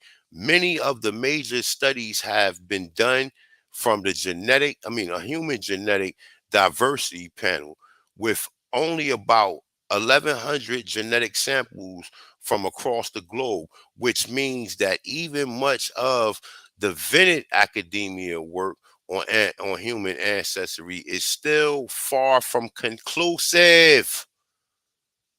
Okay, so let's go down some more. Hold up, I think I passed it. Check it out. They reading some more. So they put together a task force for this shit right here. That's saying that there's not enough science or enough evidence to back it, and you cannot do no historical ancestry as these niggas be seeking out to do. They looking to see where they from in Africa. Oh, you're Nigerian, you're Igbo, it's all a fucking mess, right? So I'm gonna read a little bit more of this, and I'm gonna jump to the other article, right? So for most individuals, genetic ancestry tests hold the promise of pinpointing where the ancestors came from. Unfortunately, science has not yet caught up to this expected and sometimes promised level of precision. The estimate of geographical ancestral origins are based on basal ancestry population. For instance, Northern European, Asia, Africa, and North America. However, as the task force reports Arthur pointed out, most of these genetic population maps are actually based on best estimate of origin populations because we do not have the ability to sample ancestry population. Instead, proxy populations have been used. look, look, look. Populations has been used, including what do King Cass and the rest of these niggas always talk about? The Yoruba people of Western Africa to represent most African American ancestry. So even if the individual ancestry did hail from somewhere in Western Africa, if their particular lineage as captured in their sample does not match up with the reference sequence, some tests will turn up with no family ties. Now, these niggas that come up here like they experts, right? And they will argue against the experts, right? But let's go further into this one, right? The variety of testing methods based on the mitochondria DNA, the Y chromosome markers, and autosomal DNA variants and analysis can produce results with a vastly different interpretation. Scans for the haploid genetic markers, which indicates a common paternal ancestor, but they reflect only a fraction of any person total genetic ancestry. Not A1 ain't say it. The author noted. So the individual who wrote this noted that, right? And even autosomal marker scan, which represents a much greater proportion of genetic history, still miss large portions of ancestral code because as ancestors become more distant, fewer than the genetic indicators remain, decreasing the odds that they will be found in the DNA test. Royal and collegiate report. I guess that's the person last name, right? With all of these big unknowns, even with the statistics rarely can definitive conclusion about ancestry be made beyond the assessment of whether a putative close relative are or are not related, such as in a paternal test. I'm sorry, let me regroup. Such as a paternity test. So any link to a specific historical figure uncovered by a genetic ancestry testing, whether it's Queen Elizabeth the First or Genghis Khan, is merely speculative, right? And look, and even when they putting them characters out, right, they already then concluded in saying that they're using a proxy. They're using a proxy population when it comes to our people. Okay, so that's just some of it. I think I actually put this one in the chat room, right? I think I put that one in the chat room, right? So let me see something. So this is another article right here. Hold up, let me see something. This I want to make sure I don't go past that.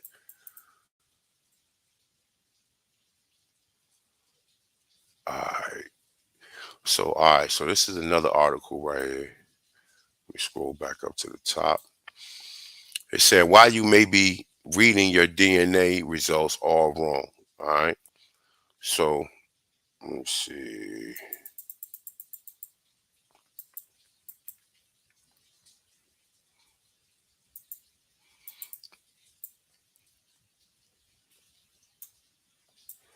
I'm gonna start right here. But I'm gonna go down where the charts is at. Excuse me. Millions of people have received DNA tests over the holiday season, and as results start to finally roll in, the results finally seem to roll in. Many of you will be looking for ethnicity reports for the first time.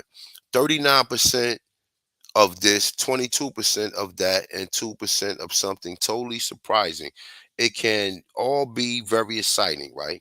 And that's all it has been when it comes to these Pan Africans. It's just been exciting for these people to create and map out a place where you think you came from, right? But what does it all mean? Can you really take these percentages on face value? The answer is a resounding no.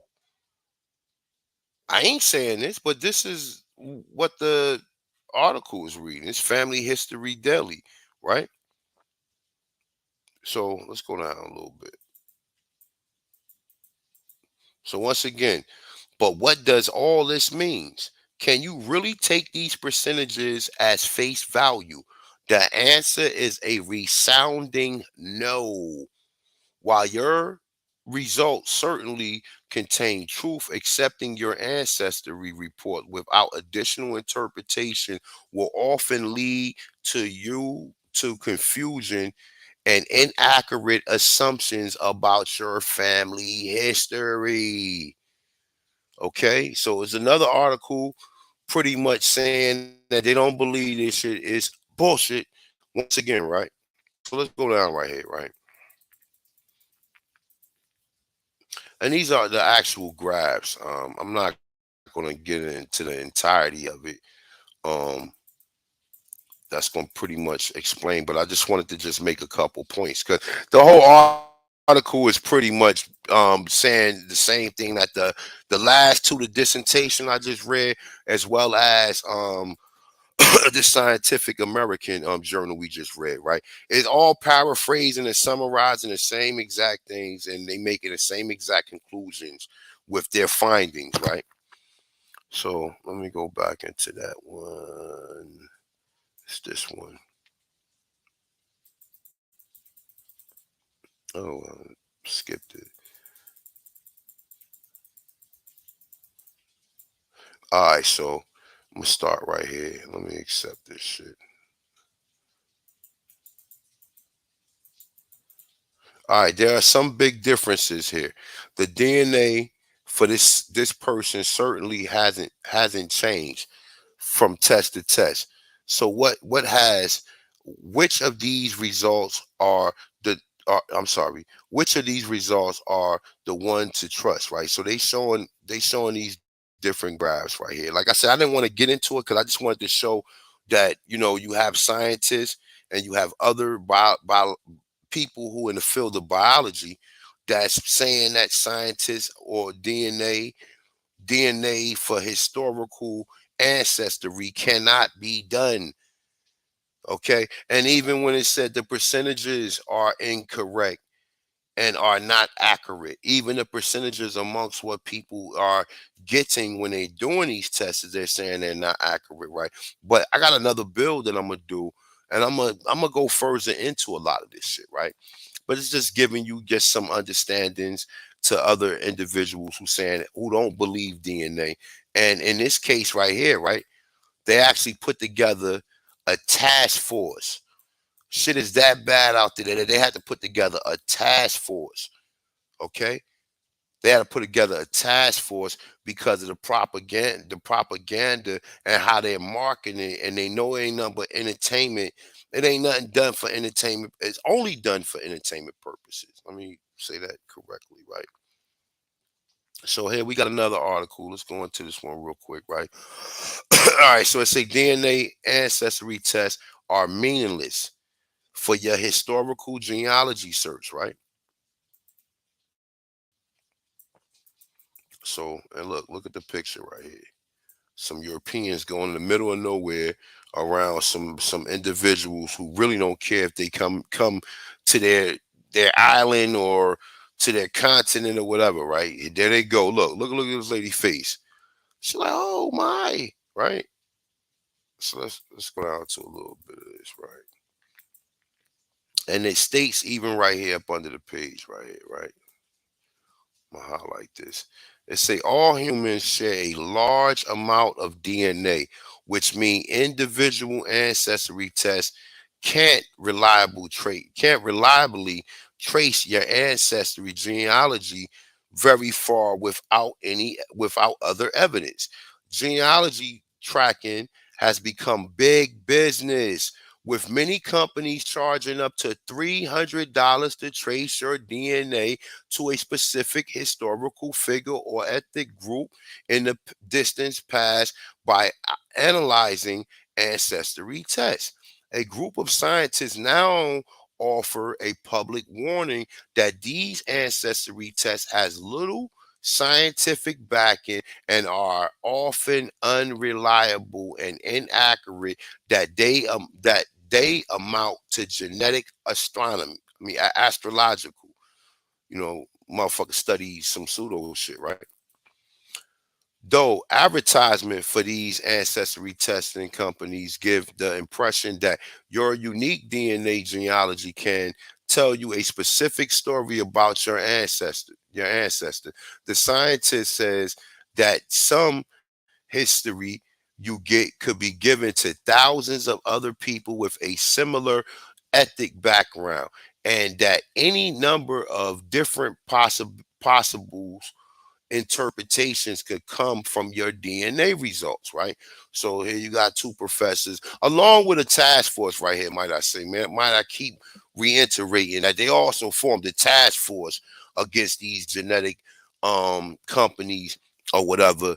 And they also now they're questioning all of this shit.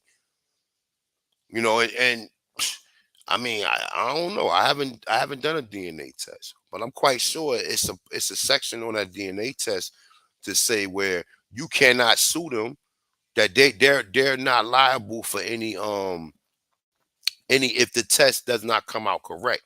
Because they're telling you that this shit still is an experiment, that it's not even conclusive, as we've been reading through a lot of these different articles, right? So this is another article that's pretty much confirming what we're saying, right? So Professor David Baldwin and Mark Thomas of the University College of London warned in a public statement from the sense about the scientific campaign group that you cannot look at DNA and read it like a book or a map or a journey without supporting historical evidence. Okay? It's saying your DNA contains an enormous amount of genetic information, but most of the information that can be gleaned from it is about your genetic history of the whole population, not an individual family tree. Okay, so that's another one. Let's jump to this one real quick. This is another one, and this is not actually the same one. This is, let me go back to the top right here. How accurate are online DNA tests, right? And that's what a lot of people is taking out here now because they too lazy. But let's go into it, right? So the age of consumer genomics has arrived. Nowadays, you can send a vial of your spit in the mail and pay to see how your unique genetic code relates to all matter of human activity, from sports to certain diets or skin creams to a preference of fine wine or even dating. The most widespread popular companies in the market analyze ancestry, and the biggest of these are 23andMe and Ancestry DNA. But with more than 5 million users in their database, these numbers dwarf the numbers of human genome in the scientific database. Genetic genealogy is big business and has gone mainstream. But how accurate are these tests truly, right? So let's read a little bit more. It say first, a bit of genetic 101. DNA is a code in your cells. It is the richest but most complex treasure trove of information that we've ever attempted to understand. 3 billion individuals letter of DNA, roughly organized into 23 pairs of chromosomes, although one of those pairs, not a pair half the time. Men, you already know, are XY and women are XX. The DNA arranged in around 20,000 genes. Even through database remains about what the definition of the gene actually is. And rather than genes, almost all of your DNA, 97%, is a smorgasbord of control regions, scaffolding, and huge chunks of repeated sections. Some of it is just garbage left over from billion years of evolution. Okay. So they even telling you right there, right? There's another article that's pretty much going in. Let me see. I got another one. No, that's something else right there.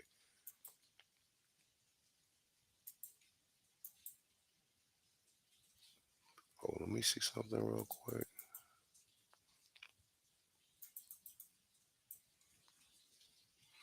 No, that's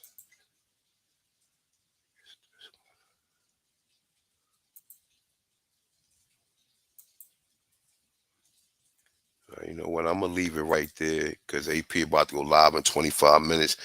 I don't know. Should I open the panel up or should I rock? Should I play some more of that asinine shit that we heard earlier? What you say, AP? I say, why not open it up for a 25? All right. Actually, I don't know though, because I think we should get going to this asinine bill. Because I think it's cognitive dissonance that we have a clear understanding of what we're trying to convey. So you wanna I mean you gonna cause you're gonna actually go into some of it, right? You wanna Yeah, not I am. So I'll probably open the panel as well too. So yeah, so well, actually, I don't know. Yeah, we'll see. You can open the panel. Go ahead.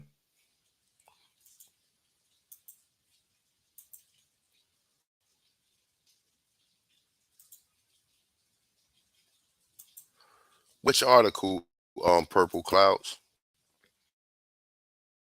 You want this one, right? I'm gonna put it back in the chat room. I don't know if you're talking about this one right here, but that's one of them.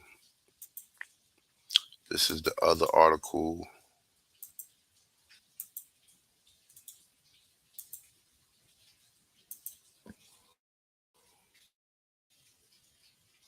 Oh, this is the actual dissertation. I'm gonna put this one in as well. And like I said, y'all do the research and y'all run through this shit. because like I tell you, it's a lot of stuff that you're gonna see that is very confusing. It's not. Now, hey, I'm gonna actually put this Instagram link in there if you guys want this too, just so you can have this, keep this for other individuals that's telling you we was already in America. So let me see. I think it's this one.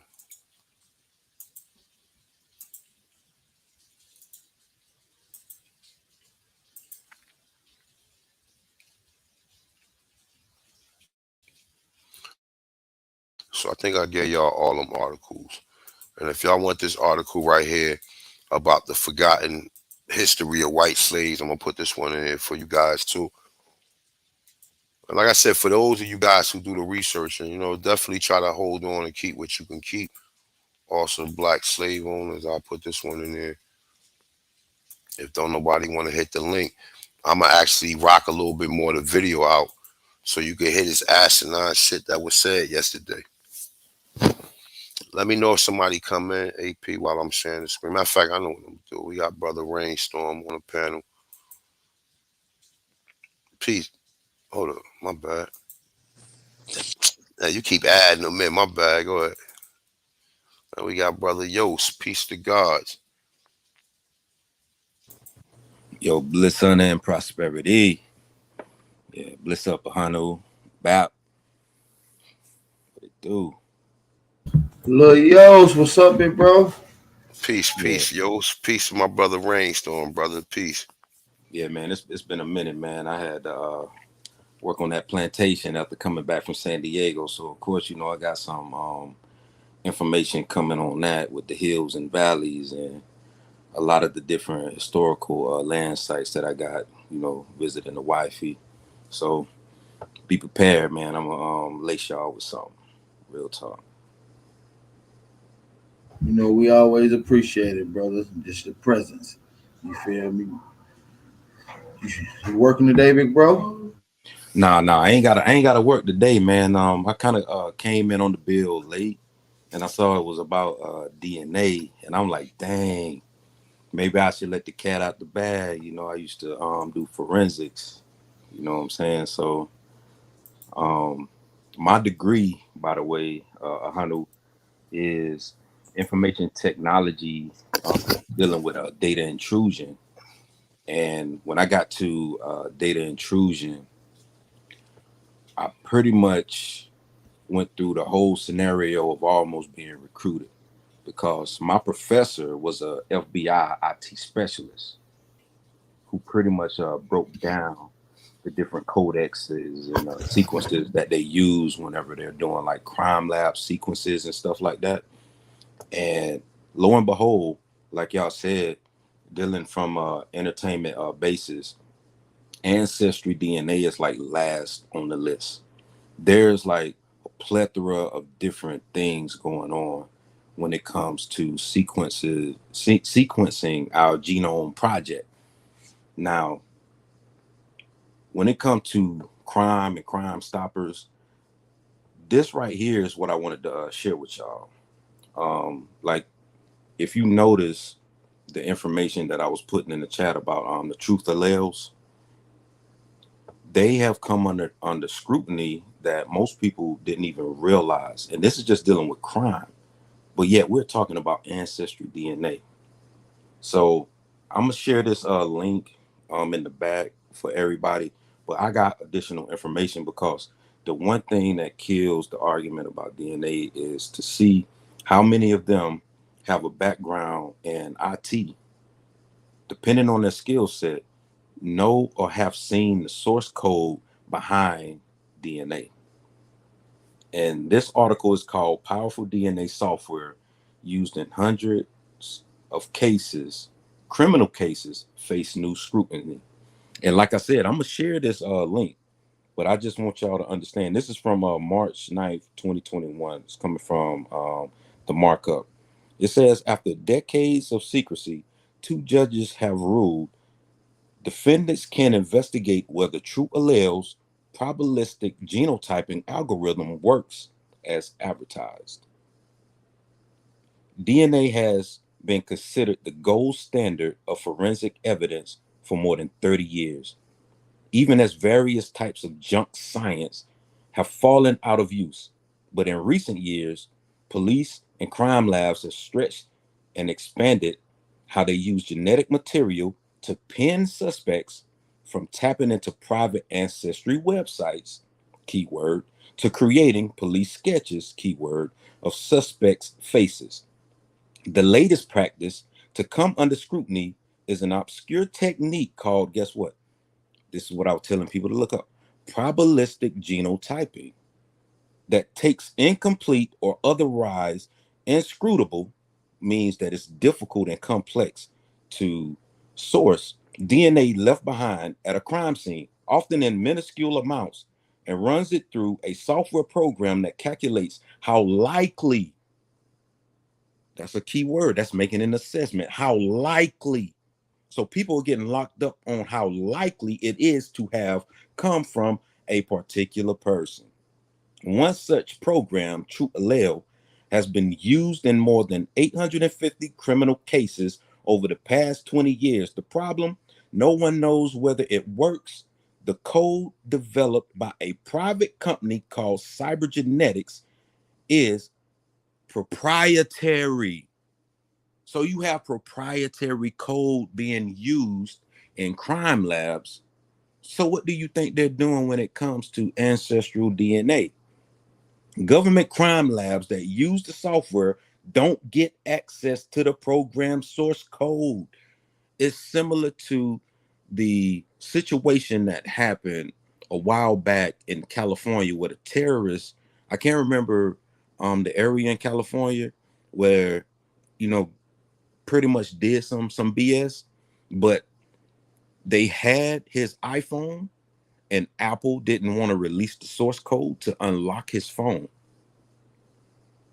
That's what we're dealing with. But now, two criminal cases, one in the U.S. District Court of the Western District of Pennsylvania and another in the Appellate Division of the Superior Court of New Jersey, may give the world a first peek into True Allele's secretive algorithm.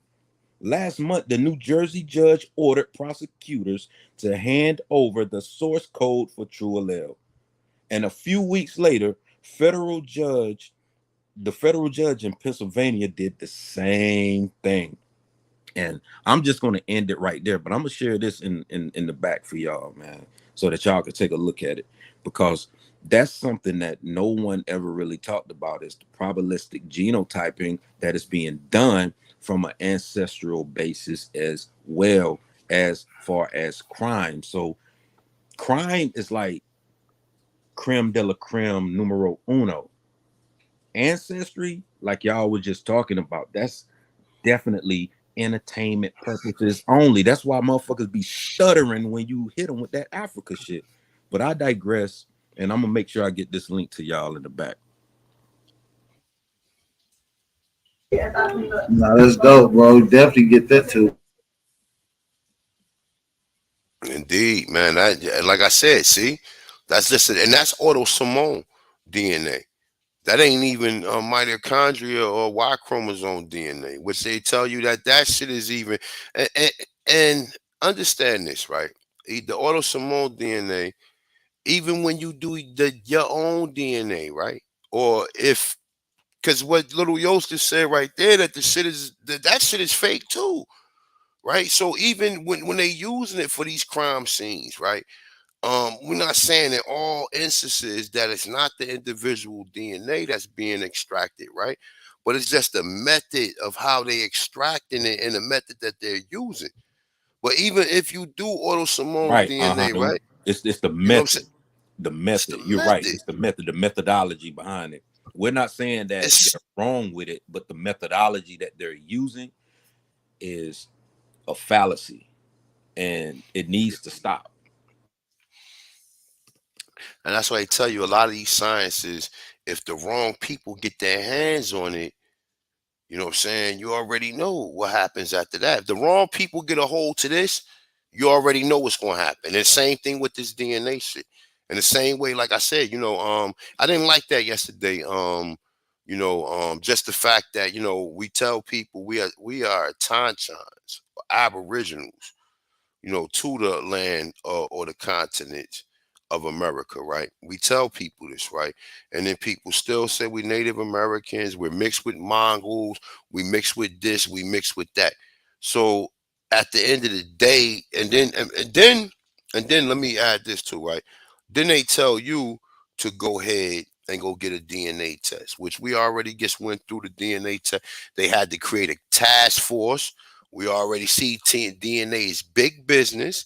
It's unreliable. It has little scientific backing, and it's inaccurate. So even when you hear the experts say that, you hear them form, and like I said, the dissertation kind of went into a lot of this too, as well as the other scientific American journal that we read, the first one that was actually talking about the let me see, hold up, let me see, it's this one. It's this one.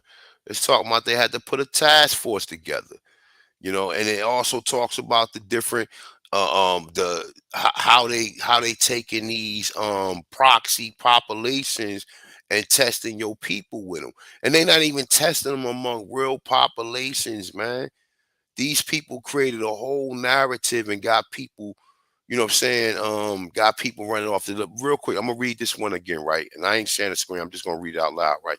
It said for most individuals, genetic ancestry tests hold the promise of pinpointing where their ancestry come from. Unfortunately, science has not caught up to this expected and sometimes promised level of precision.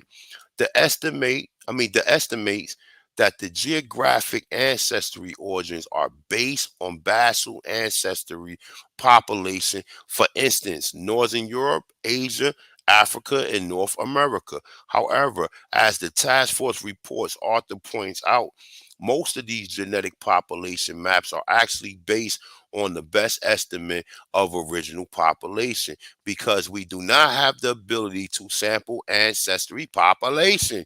Instead, proxy populations has been used. Now look, real quick. See, when they use these terminologies right there, let me see something real quick. We already know what proxy means, but just for anybody who's questioning it, because it's going to be an idiot that come up here that ain't going to even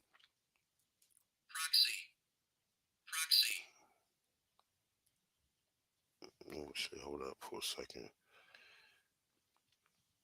All right, so it says authority or power to act for another.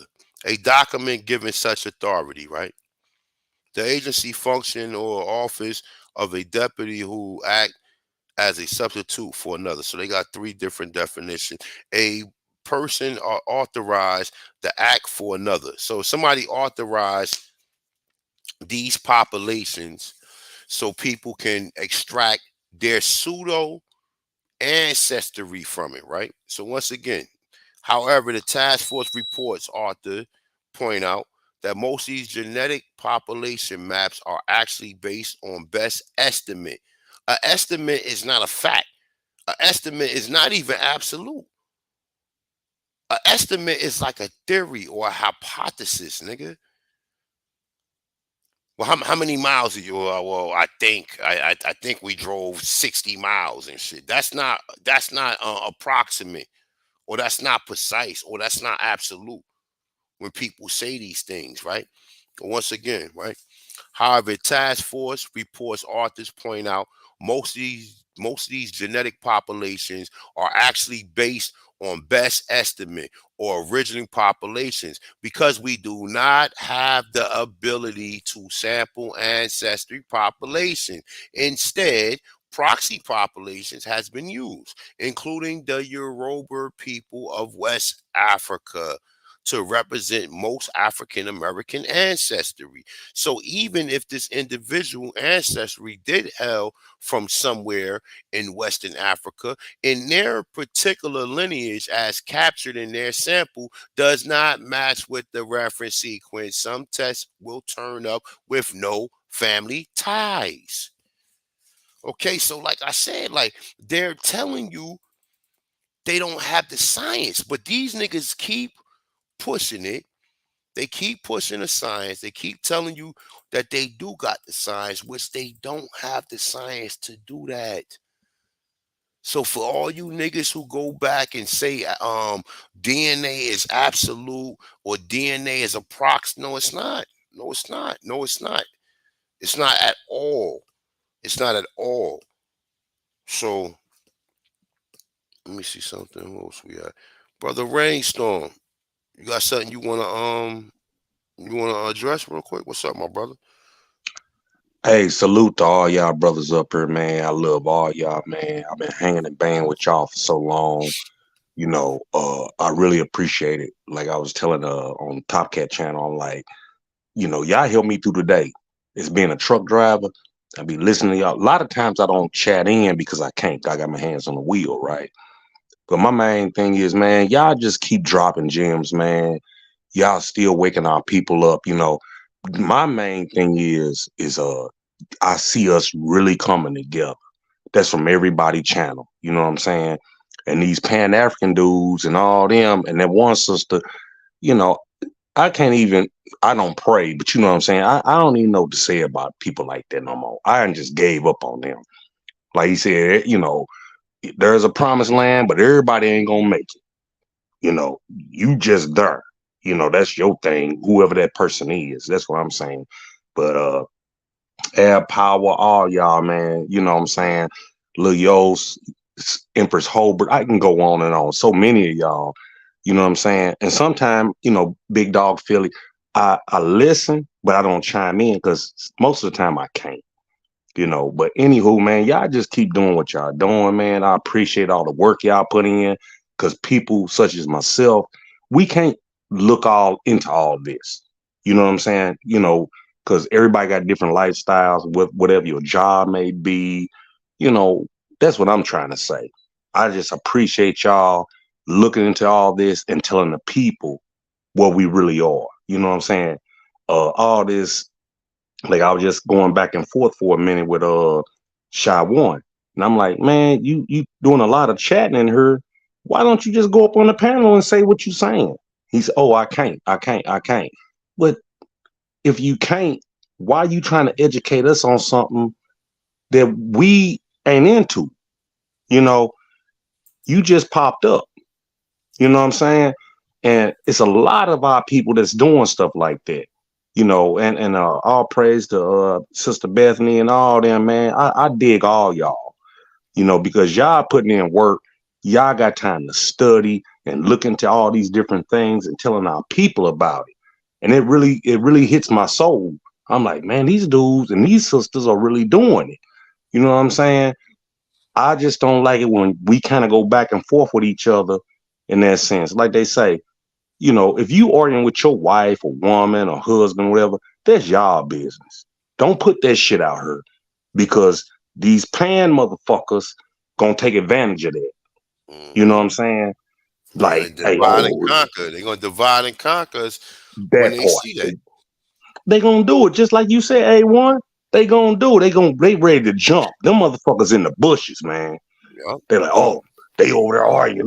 Look, he said this about her and blah, blah, blah, And I'm like, please don't do that. Don't do that because these motherfuckers are gorillas, man. They want to be from Africa. They gorillas. It's like they ready to pounce.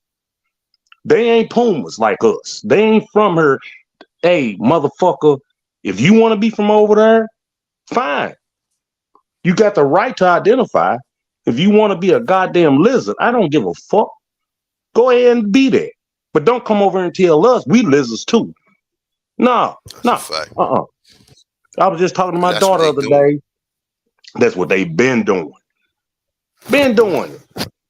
I'm just waiting on the littlest shit, right? And they like, oh, okay, here's my opportunity to divide these motherfuckers. Like you said, divide and conquer. I'm gonna jump right in there, slide in this motherfucker with the goose grease you got on, and start some shit. And I got grandbabies, and like I was telling my daughter the other day, I said, baby, do you know what it feels like to be lied to your whole life? You know what I'm talking about? Like, motherfuckers just tell you anything and you go along with it. And then here come y'all brothers and sisters along with fucking documentation going, nah, that's all bullshit. That's what I love about y'all. Man, Y'all that's coming from different angles, but when you piece this shit together, you start going, oh my God, I've been fucked up. That's what's up, Rainstorm. Hey, I'm out of here, y'all. I'm about to start the show. I see you in a minute, A1. You rocking out, man. Straight up. Fire All right, show. AP. Hey, Bat, we about to be over there. About Hey, to get up out of here. Hanu, can I share this real quick? This Go is ahead. from that same link that I gave y'all, but like when you get a chance, definitely read it in the back. It says that true allele doesn't match a suspect to physical evidence.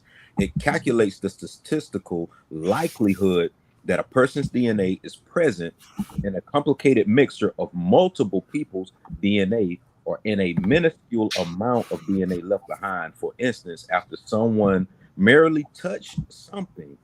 Now, this is the part, and I'll land my plane. In the Pennsylvania case, federal prosecutors used the software to parse a complicated mixture of DNA found on a handgun left in a car, and specifically to calculate the likelihood that any of it belonged to a Pittsburgh man named LaFon Ellis. Cybernetics experts testified that the sample likely contained DNA from 4 people and that it was 21.4 trillion times more probable. See that? Probable. It's probable, but highly impossible. Probable that Ellis's DNA was in the mix than another random keyword African American persons.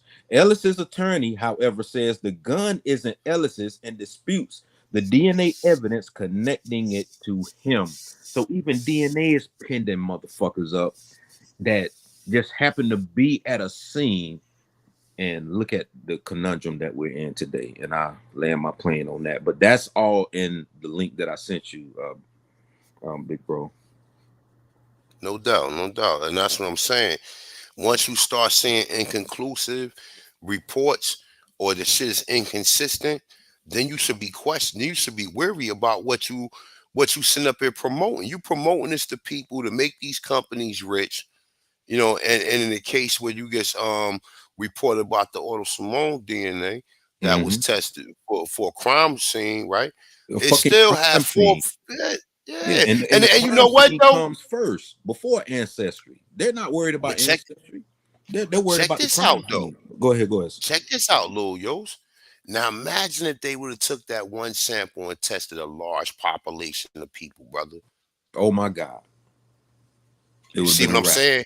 They probably had 4 suspects that they tested. You see what I'm saying? Like them 4 people who it came back to probably was suspects. They didn't test a large amount of people. They only tested them 4 because they had suspicions that these four individuals was involved in whatever crime that was committed. Yeah, because they said that the sample likely contained DNA from 4 people. And it didn't give you a percentage. 21.4 trillion times more probable that Ellis's DNA was in the mix than another random, as they quoted, socio-political construct that used African American. Think about this, yo. They're not giving a percentage. They're not saying, oh, the 4, well, one of the 4 was 24% a match or 24% a match. The other one was 10%. They saying that this shit is coming back to them in the entirely. Their entire DNA. A probable sequence of trillions. A probable sequence of trillions, and not even a sequence of a percentage. You're right. And that's why I rest my case. Like even in crime labs, they're turning this shit in. Like, yo, what the fuck going on? Yo, peace to the trial. I just want to say, this indigenous minds, I want to say peace to everybody. I got mad love and respect for everybody that put in this work. It's a challenging thing to get up here and we ain't trying to convince, but just to spit the simple truth. It's challenging. But I just wanted to say on that DNA, forensics is not DNA ancestry. Finding out, trying to figure out a crime in the lab using forensics is not the same science as doing DNA ancestry, which we already know is bullshit. Second off, there have been several people to turn in their animals' DNA just to see if it will come back that animal is has some type of tribal affiliation. This has happened in Canada several times already. People using their dog DNA to get some type of confirmation of ancestry. So that's how we know it's bullshit. If you can use the animal DNA and it comes back to an indigenous tribe, it's bull fucking shit. Excuse my language. And I'll rest right there. And at this point right here, right, listen, let's say, all right, you do your DNA test, right? And let's say, like, at this point in time, if you're not a little curious or you're not suspicious about, the other people that's making these claims, they just put together a whole task force, my dude, a whole scientific task force that been put together, a committee of people to review these DNA companies. So obviously they have they they questioning whether or not that this shit is, I ain't want to say absolute because no science is absolute.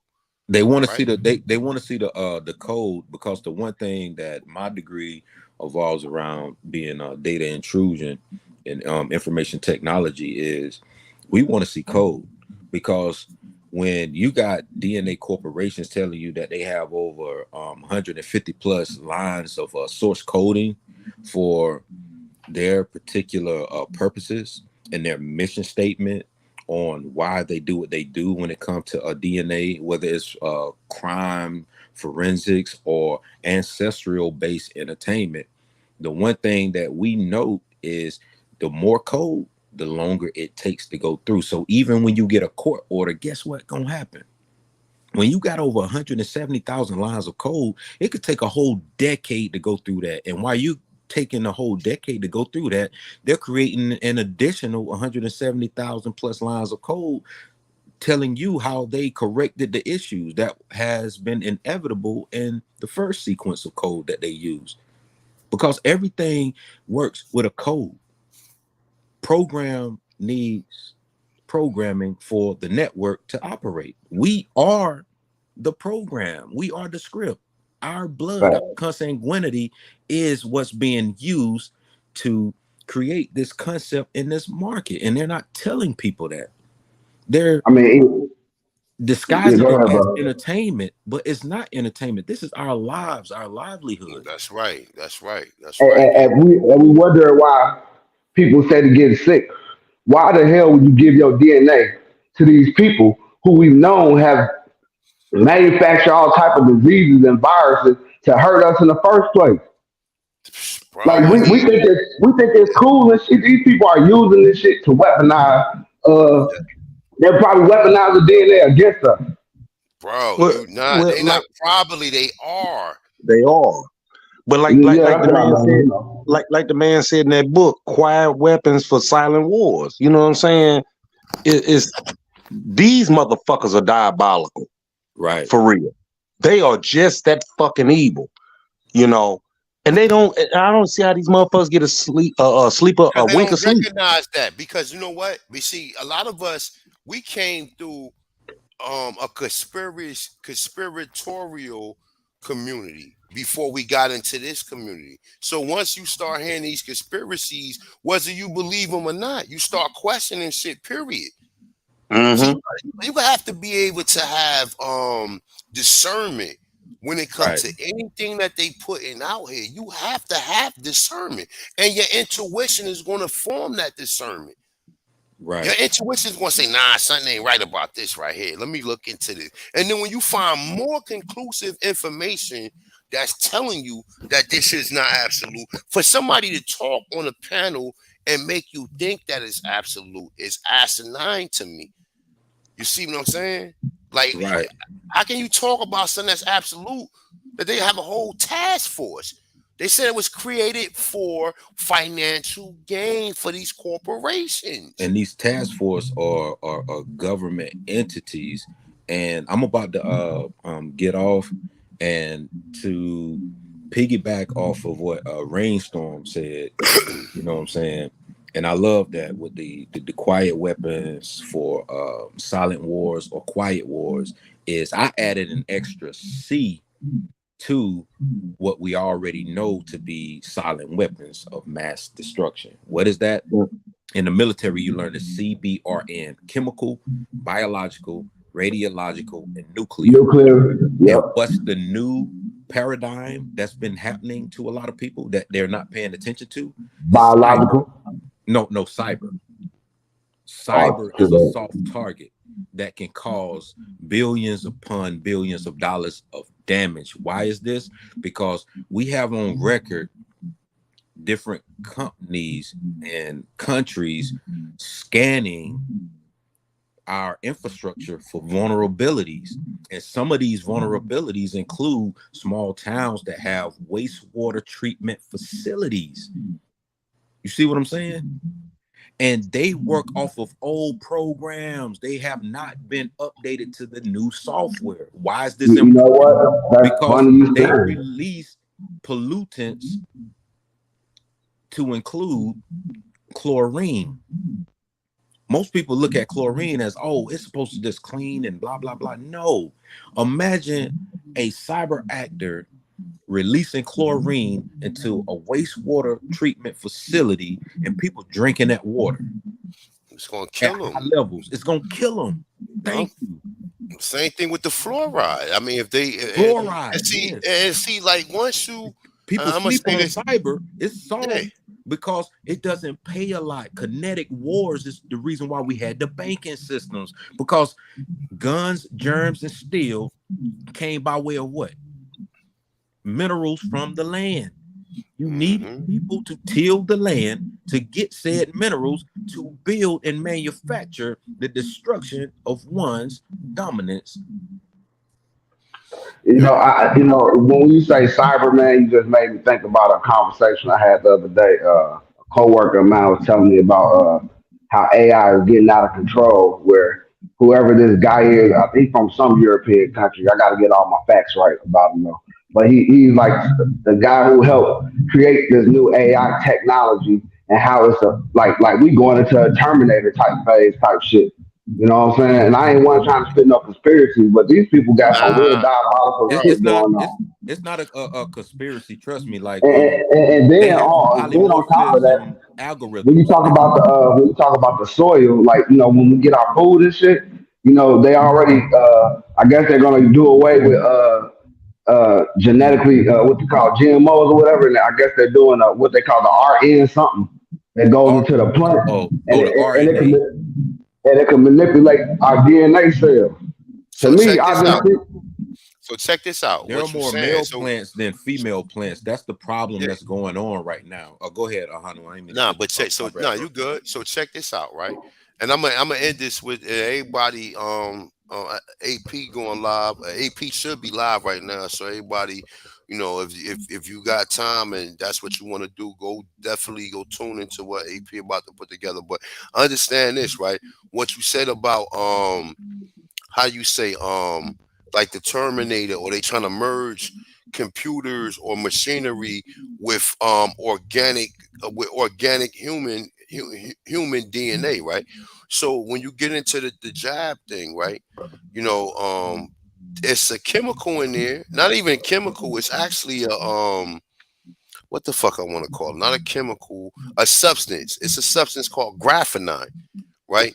And this is what I heard. Allegedly, this is allegedly what I heard.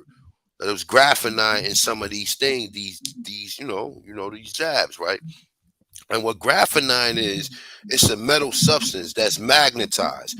And what it does is they put it into you in sequences, right? So you take all these different jabs, right? They got different jabs, and so I think it's like a 3 or 4 part joint that you got to take, right?